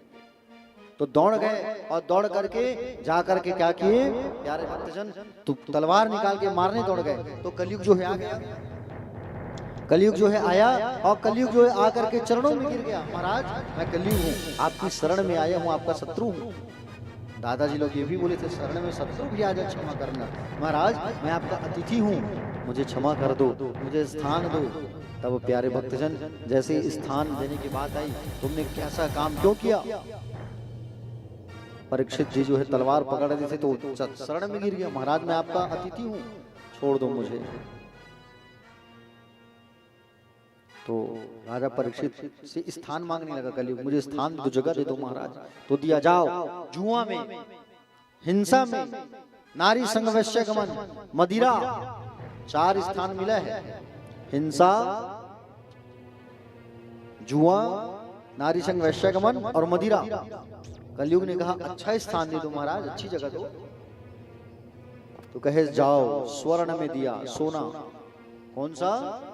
सोना, स्वर्ण जो पहने हो ना, सोना। कितने लोग पहने हो सोना? हाथ उठाओ, सब उतार दो। कलयुग का वास हो जाएगा। कलयुग के स्थान मिले है ना, स्वर्ण में हो जाएगा करके। चिंता मत करो, आप लोग जो पहने हो घबराओ मत, बीपी लो हो जाएगा। आप लोग जो है जो पहने हो उसमें कलयुग का वास नहीं होगा। अधर्म का सोना, चोरी से लाया गया सोना, चोरी के पैसे से खरीदा गया सोना, गलत पैसे। अब आप लोग तो ईमानदारी से मेहनत करके खरीदे हो ना, थोड़ा थोड़ा पैसा इकट्ठा कर करके, तो घबराने की बात नहीं है, डोंट वरी, ठीक है। कलयुग को कौन से सोना में स्थान मिला है? अधर्म का सोना। जो अधर्म का जो सोना रहेगा, स्वर्ण, उस पर तुम्हारा स्थान रहेगा। ये 5 स्थान। तो जहां जहां जुआ होता है कलयुग का वास होता है, जहां जहां बुराई होती है, हिंसा होती है, कलयुग आता है, जहां जहां नारी संग वैश्य गमन, कलयुग आता है, जहां पर लोग शराब पीते हैं, मदिरालय, मधुशाला, वहां पे कलयुग का वास होता है, इसलिए शराब नहीं पीना चाहिए, ठीक है। और अगला स्थान है स्वर्ण, अधर्म का। इसलिए कभी भी रास्ते में जाओ, सोना गिरा है मत पकड़ना, गड़बड़ हो जाएगा, कलयुग का वास हो जाएगा। उस सोना को तुरंत नदी में छोड़ देना, ये दान कर देना, आप मत रखना। सोना घूमना अच्छी बात नहीं है, सोना पाना अच्छी बात नहीं है। आप कलयुग को स्थान मिला भैया, कलयुग को कहाँ स्थान मिला? सोने में। अधर्म का सोना कहाँ स्थान मिला? जोर से बोलो, पीछे वाले, इधर वाले। सोने में स्थान मिला है। और सोने में स्थान मिला है तो देखा तो जा करके बैठ गए कहाँ? सिर पर बैठ गया। कलयुग जो है सोने का मुकुट पहना है ना परीक्षित, अधर्म का मुकुट पहना है। स्थान मिलते ही जाके बैठ गया परीक्षित के सिर में। अब परीक्षित शिकार करने गया आगे, प्यास लगी। और प्यास जब लगी तो कहाँ गए? प्यास लगी तो गए प्यारे एक समीक महात्मा के आश्रम पर। और समीक महात्मा के आश्रम पर जब गए तो समीक महाराज के आश्रम पर जैसे ही गए तो वहां पर साधना लगा के बैठे थे समीक महाराज। पानी मांगने लगा परीक्षित, पानी दो महात्मा, पानी दो मुझे, पानी दो। वो समाधि में लीन है, थोड़ी पानी लाएंगे। गुस्सा में आ गया परीक्षित, मरा हुआ सांप जो पड़ा था उसको उठाया और मरे हुए सांप उठा करके माला बना के टांग दिया गले में, महात्मा के, संत के गले, और वहां से चले गए। जैसे ही घर आया मुकुट को निकाला, उनको लगा मेरे हाथ से कुछ गलत काम हुआ है क्या, कुछ गलत हुआ है क्या, कुछ गलत हुआ है क्या? किया नहीं है, करवाया गया है कलयुग ने। अरे वो राजा थोड़ी अपमान करेगा। इधर समीक महाराज के बेटे को जाके बता दिया एक चेला ने, श्रृंगी ऋषि को, समीक के बेटे का नाम। बोले महाराज आपके गले में, आपके पिता के गले में मरे हुए सांप को डाला गया है। मेरे पिता का इतना बड़ा अपमान, पूज्य पिताजी का अपमान हुआ है, किसने किया? राजा परीक्षित आया था महाराज, मरे हुए सांप को गले में डाला है। अच्छा, मरे हुए सांप को डाला है गले में? उसने ऐसा काम किया, ऐसा कहा करके क्रोध में आ करके श्राप दे दिया। जल उठा करके, हाथों में जल लेकर के श्राप दिया, जा रे राजा परीक्षित, तूने मेरे पिता को अपमान किया, मरे हुए सांप को डाला।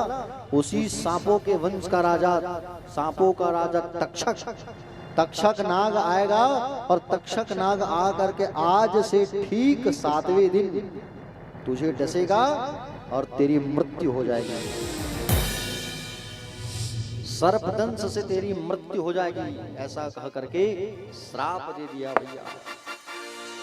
और आए पिता के पास दौड़ करके आए, मरे हुए सांप को निकाला और सांप को निकाल के पिता के चरणों में बैठ के रोने लगा। पिताजी आपका अपमान हो गया, इतना बड़ा आपका अपमान हो गया, पिताजी मुझे माफ कर दो, पिताजी मैं नहीं आ पाया।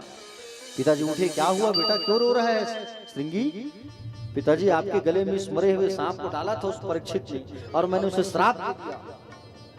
कभी भी एक चीज याद रखना जीवन में, माता, पिता और गुरु, ये तीनों का जहां पर अपमान होगा ना, अगर तुम में सामर्थ्य है तो जवाब देना, लेकिन बुराई कभी मत सुनना, वहां से चले जाना, ठीक?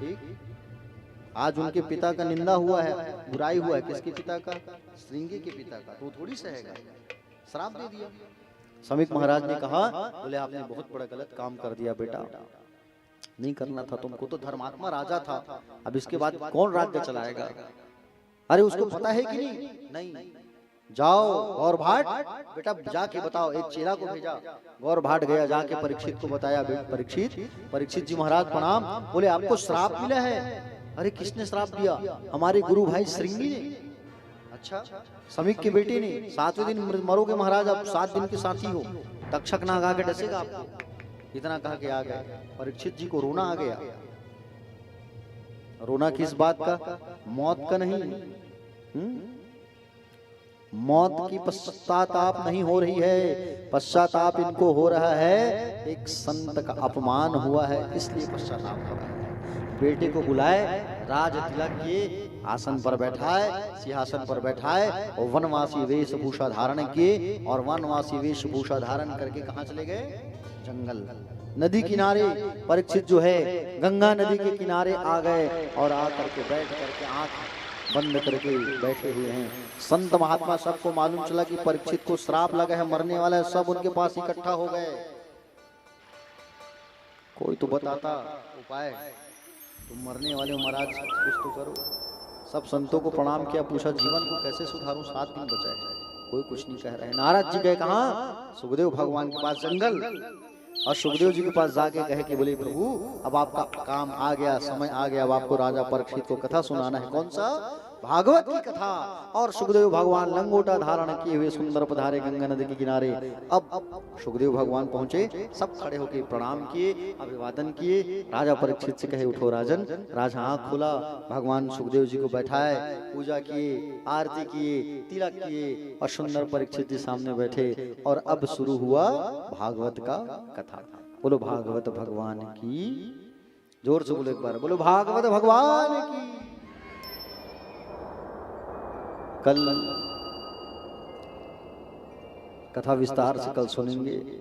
कपिल जी के जन्म की कथा, दत्तात्रेय की कथा, सृष्टि निर्माण आदि आदि कथा, सती चरित्र, शिव विवाह आदि करेंगे कल। आज की वाणी को मैं यहीं विश्राम करता हूँ, ठीक है। कल फिर से कथा रसपान करेंगे, ठीक है। आप लोग अधिक से अधिक जनसंख्या पर आइएगा। आइए आज की वाणी को यहीं विश्राम करते हैं, आरती की तैयारी कर लीजिए। और आरती से पहले आइए भजन कर लेते हैं, तब तक आरती की तैयारी हो जाएगी, ठीक है। और पंखा बंद कर दो दिनेश बाबू।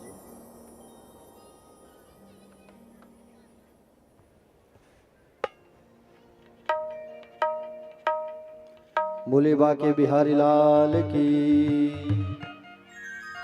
अपने श्री मुख से गोविंद नाम कहो जी, अपने श्री मुख से गोविंद नाम कहो जी, अपने श्री मुख से गोविंद नाम कहो जी, अपने श्री मुख से गोविंद नाम कहो जी, अपने श्री मुख से गोविंद नाम कहो जी, गोविंद नाम कहो जी, गोपाला नाम कहो जी, गोविंद नाम कहो जी, गोपाला नाम कहो जी, अपने श्री मुख से गोविंद नाम कहो जी, अपने श्री मुख से गोविंद नाम कहो जी।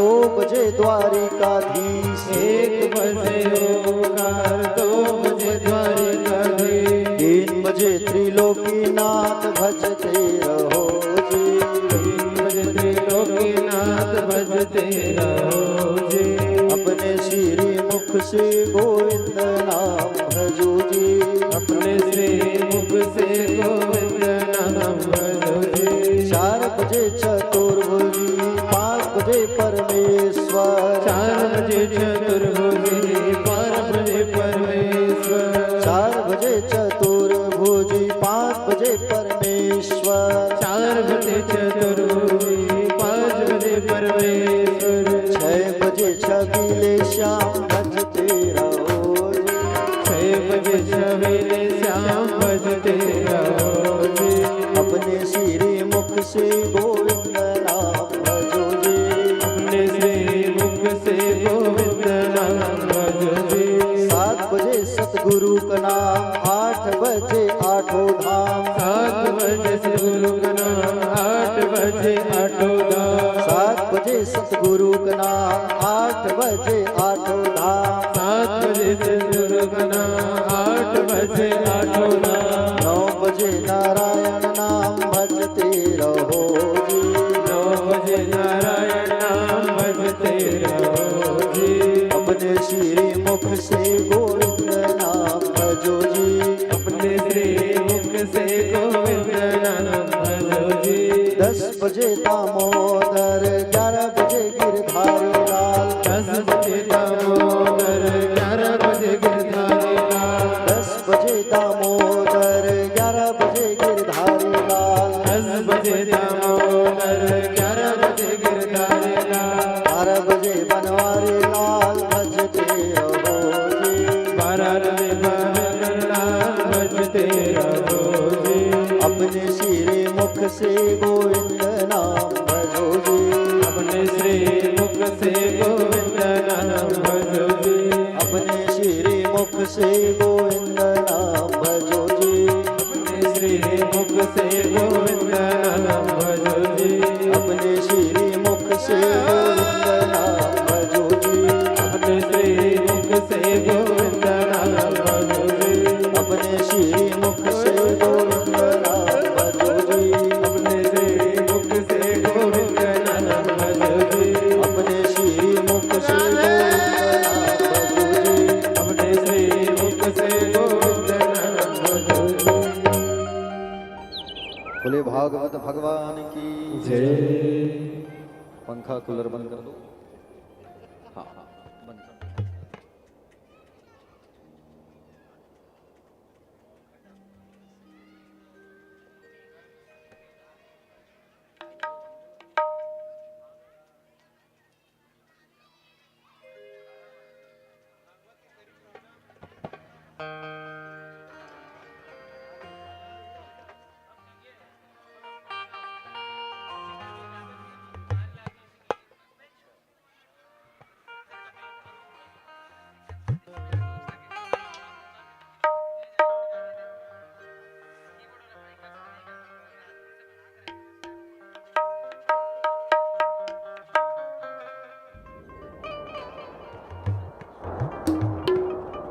बोले बाके बिहारी लाल की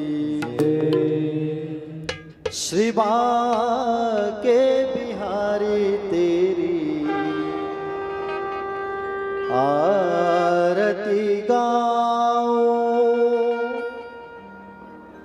श्री बाके बिहारी तेरी आरती गाओ, श्री बाके बिहारी तेरी आरती गाओ, बाके बिहारी तेरी आरती गाओ, बाके बिहारी तेरी आरती गाओ, आरती गाओ प्रभु आपको मनाओ, आरती गाओ प्रभु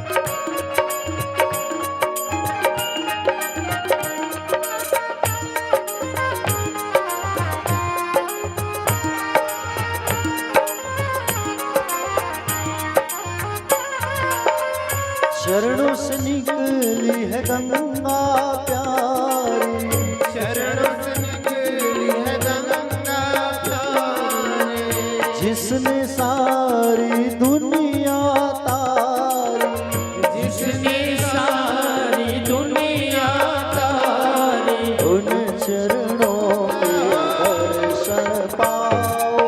आके बिहारी तेरी आरती गाओ, मोर मुकुट प्रभु शीश पे सोहे, मोर मुकुट प्रभु शीश पे सोहे, प्यारी बंशी मेरो मन मोहे, प्यारी बंसी मेरो मन मोहे, देख शरे बलिहारी जाओ। सीमा के बिहारी तेरी आरती गाओ,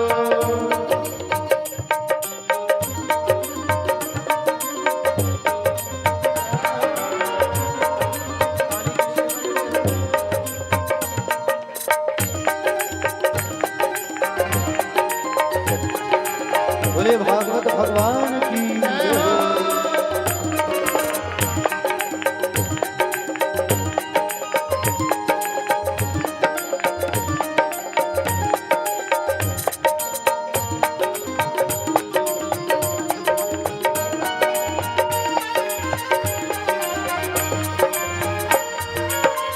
श्री हरिदास के प्यारे तुम हो, श्री हरिदास के प्यारे तुम हो, मेरे मोहन जीवन धन हो, मेरे मोहन जीवन धन हो, एक युगल श्री बलि बलि जाओ। सीमा के बिहारी तेरी आरती गाओ, दास अनाथ के नाथ आप हो, दास अनाथ के नाथ आप हो, दुख सुख जीवन लाला साथ आप हो, दुख सुख जीवन लाला साथ आप हो, हरि चरणों में शीश झुकाओ। सीमा के बिहारी तेरी आरती गाओ, आरती गाओ प्रभु आपको मनाओ,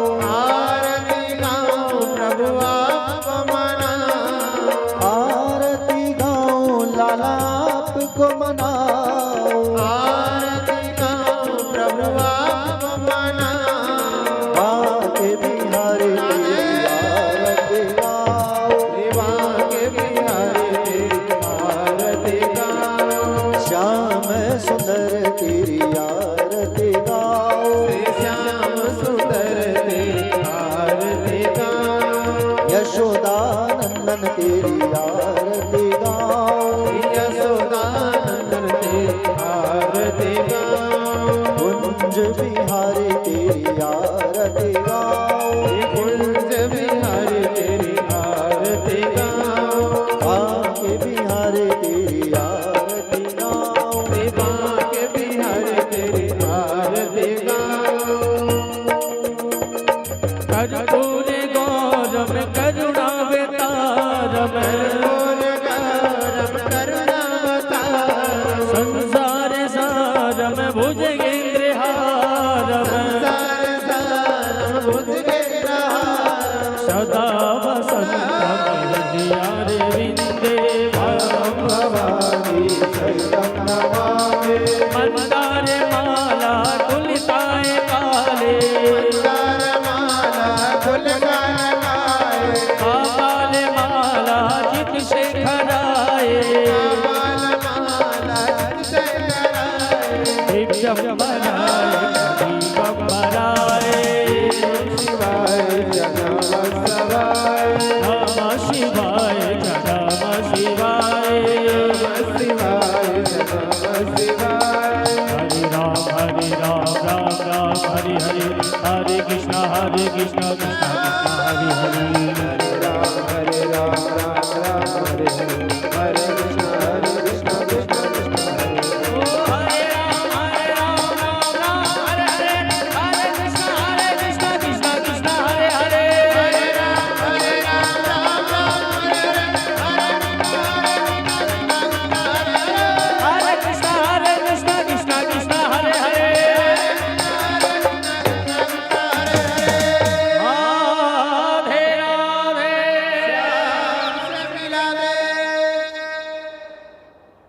4 बार परिक्रमा कर लेंगे अपने अपने स्थानों पर। जे तीर्थानि प्रचरन्ति गणहते काव्यशस्त्रयोजने नन्वान्तनुष यानि कानि पापानि जन्मान्तरकृतानि च तानि सर्वाणि पश्यन्तो प्रदक्षिणा प्रदे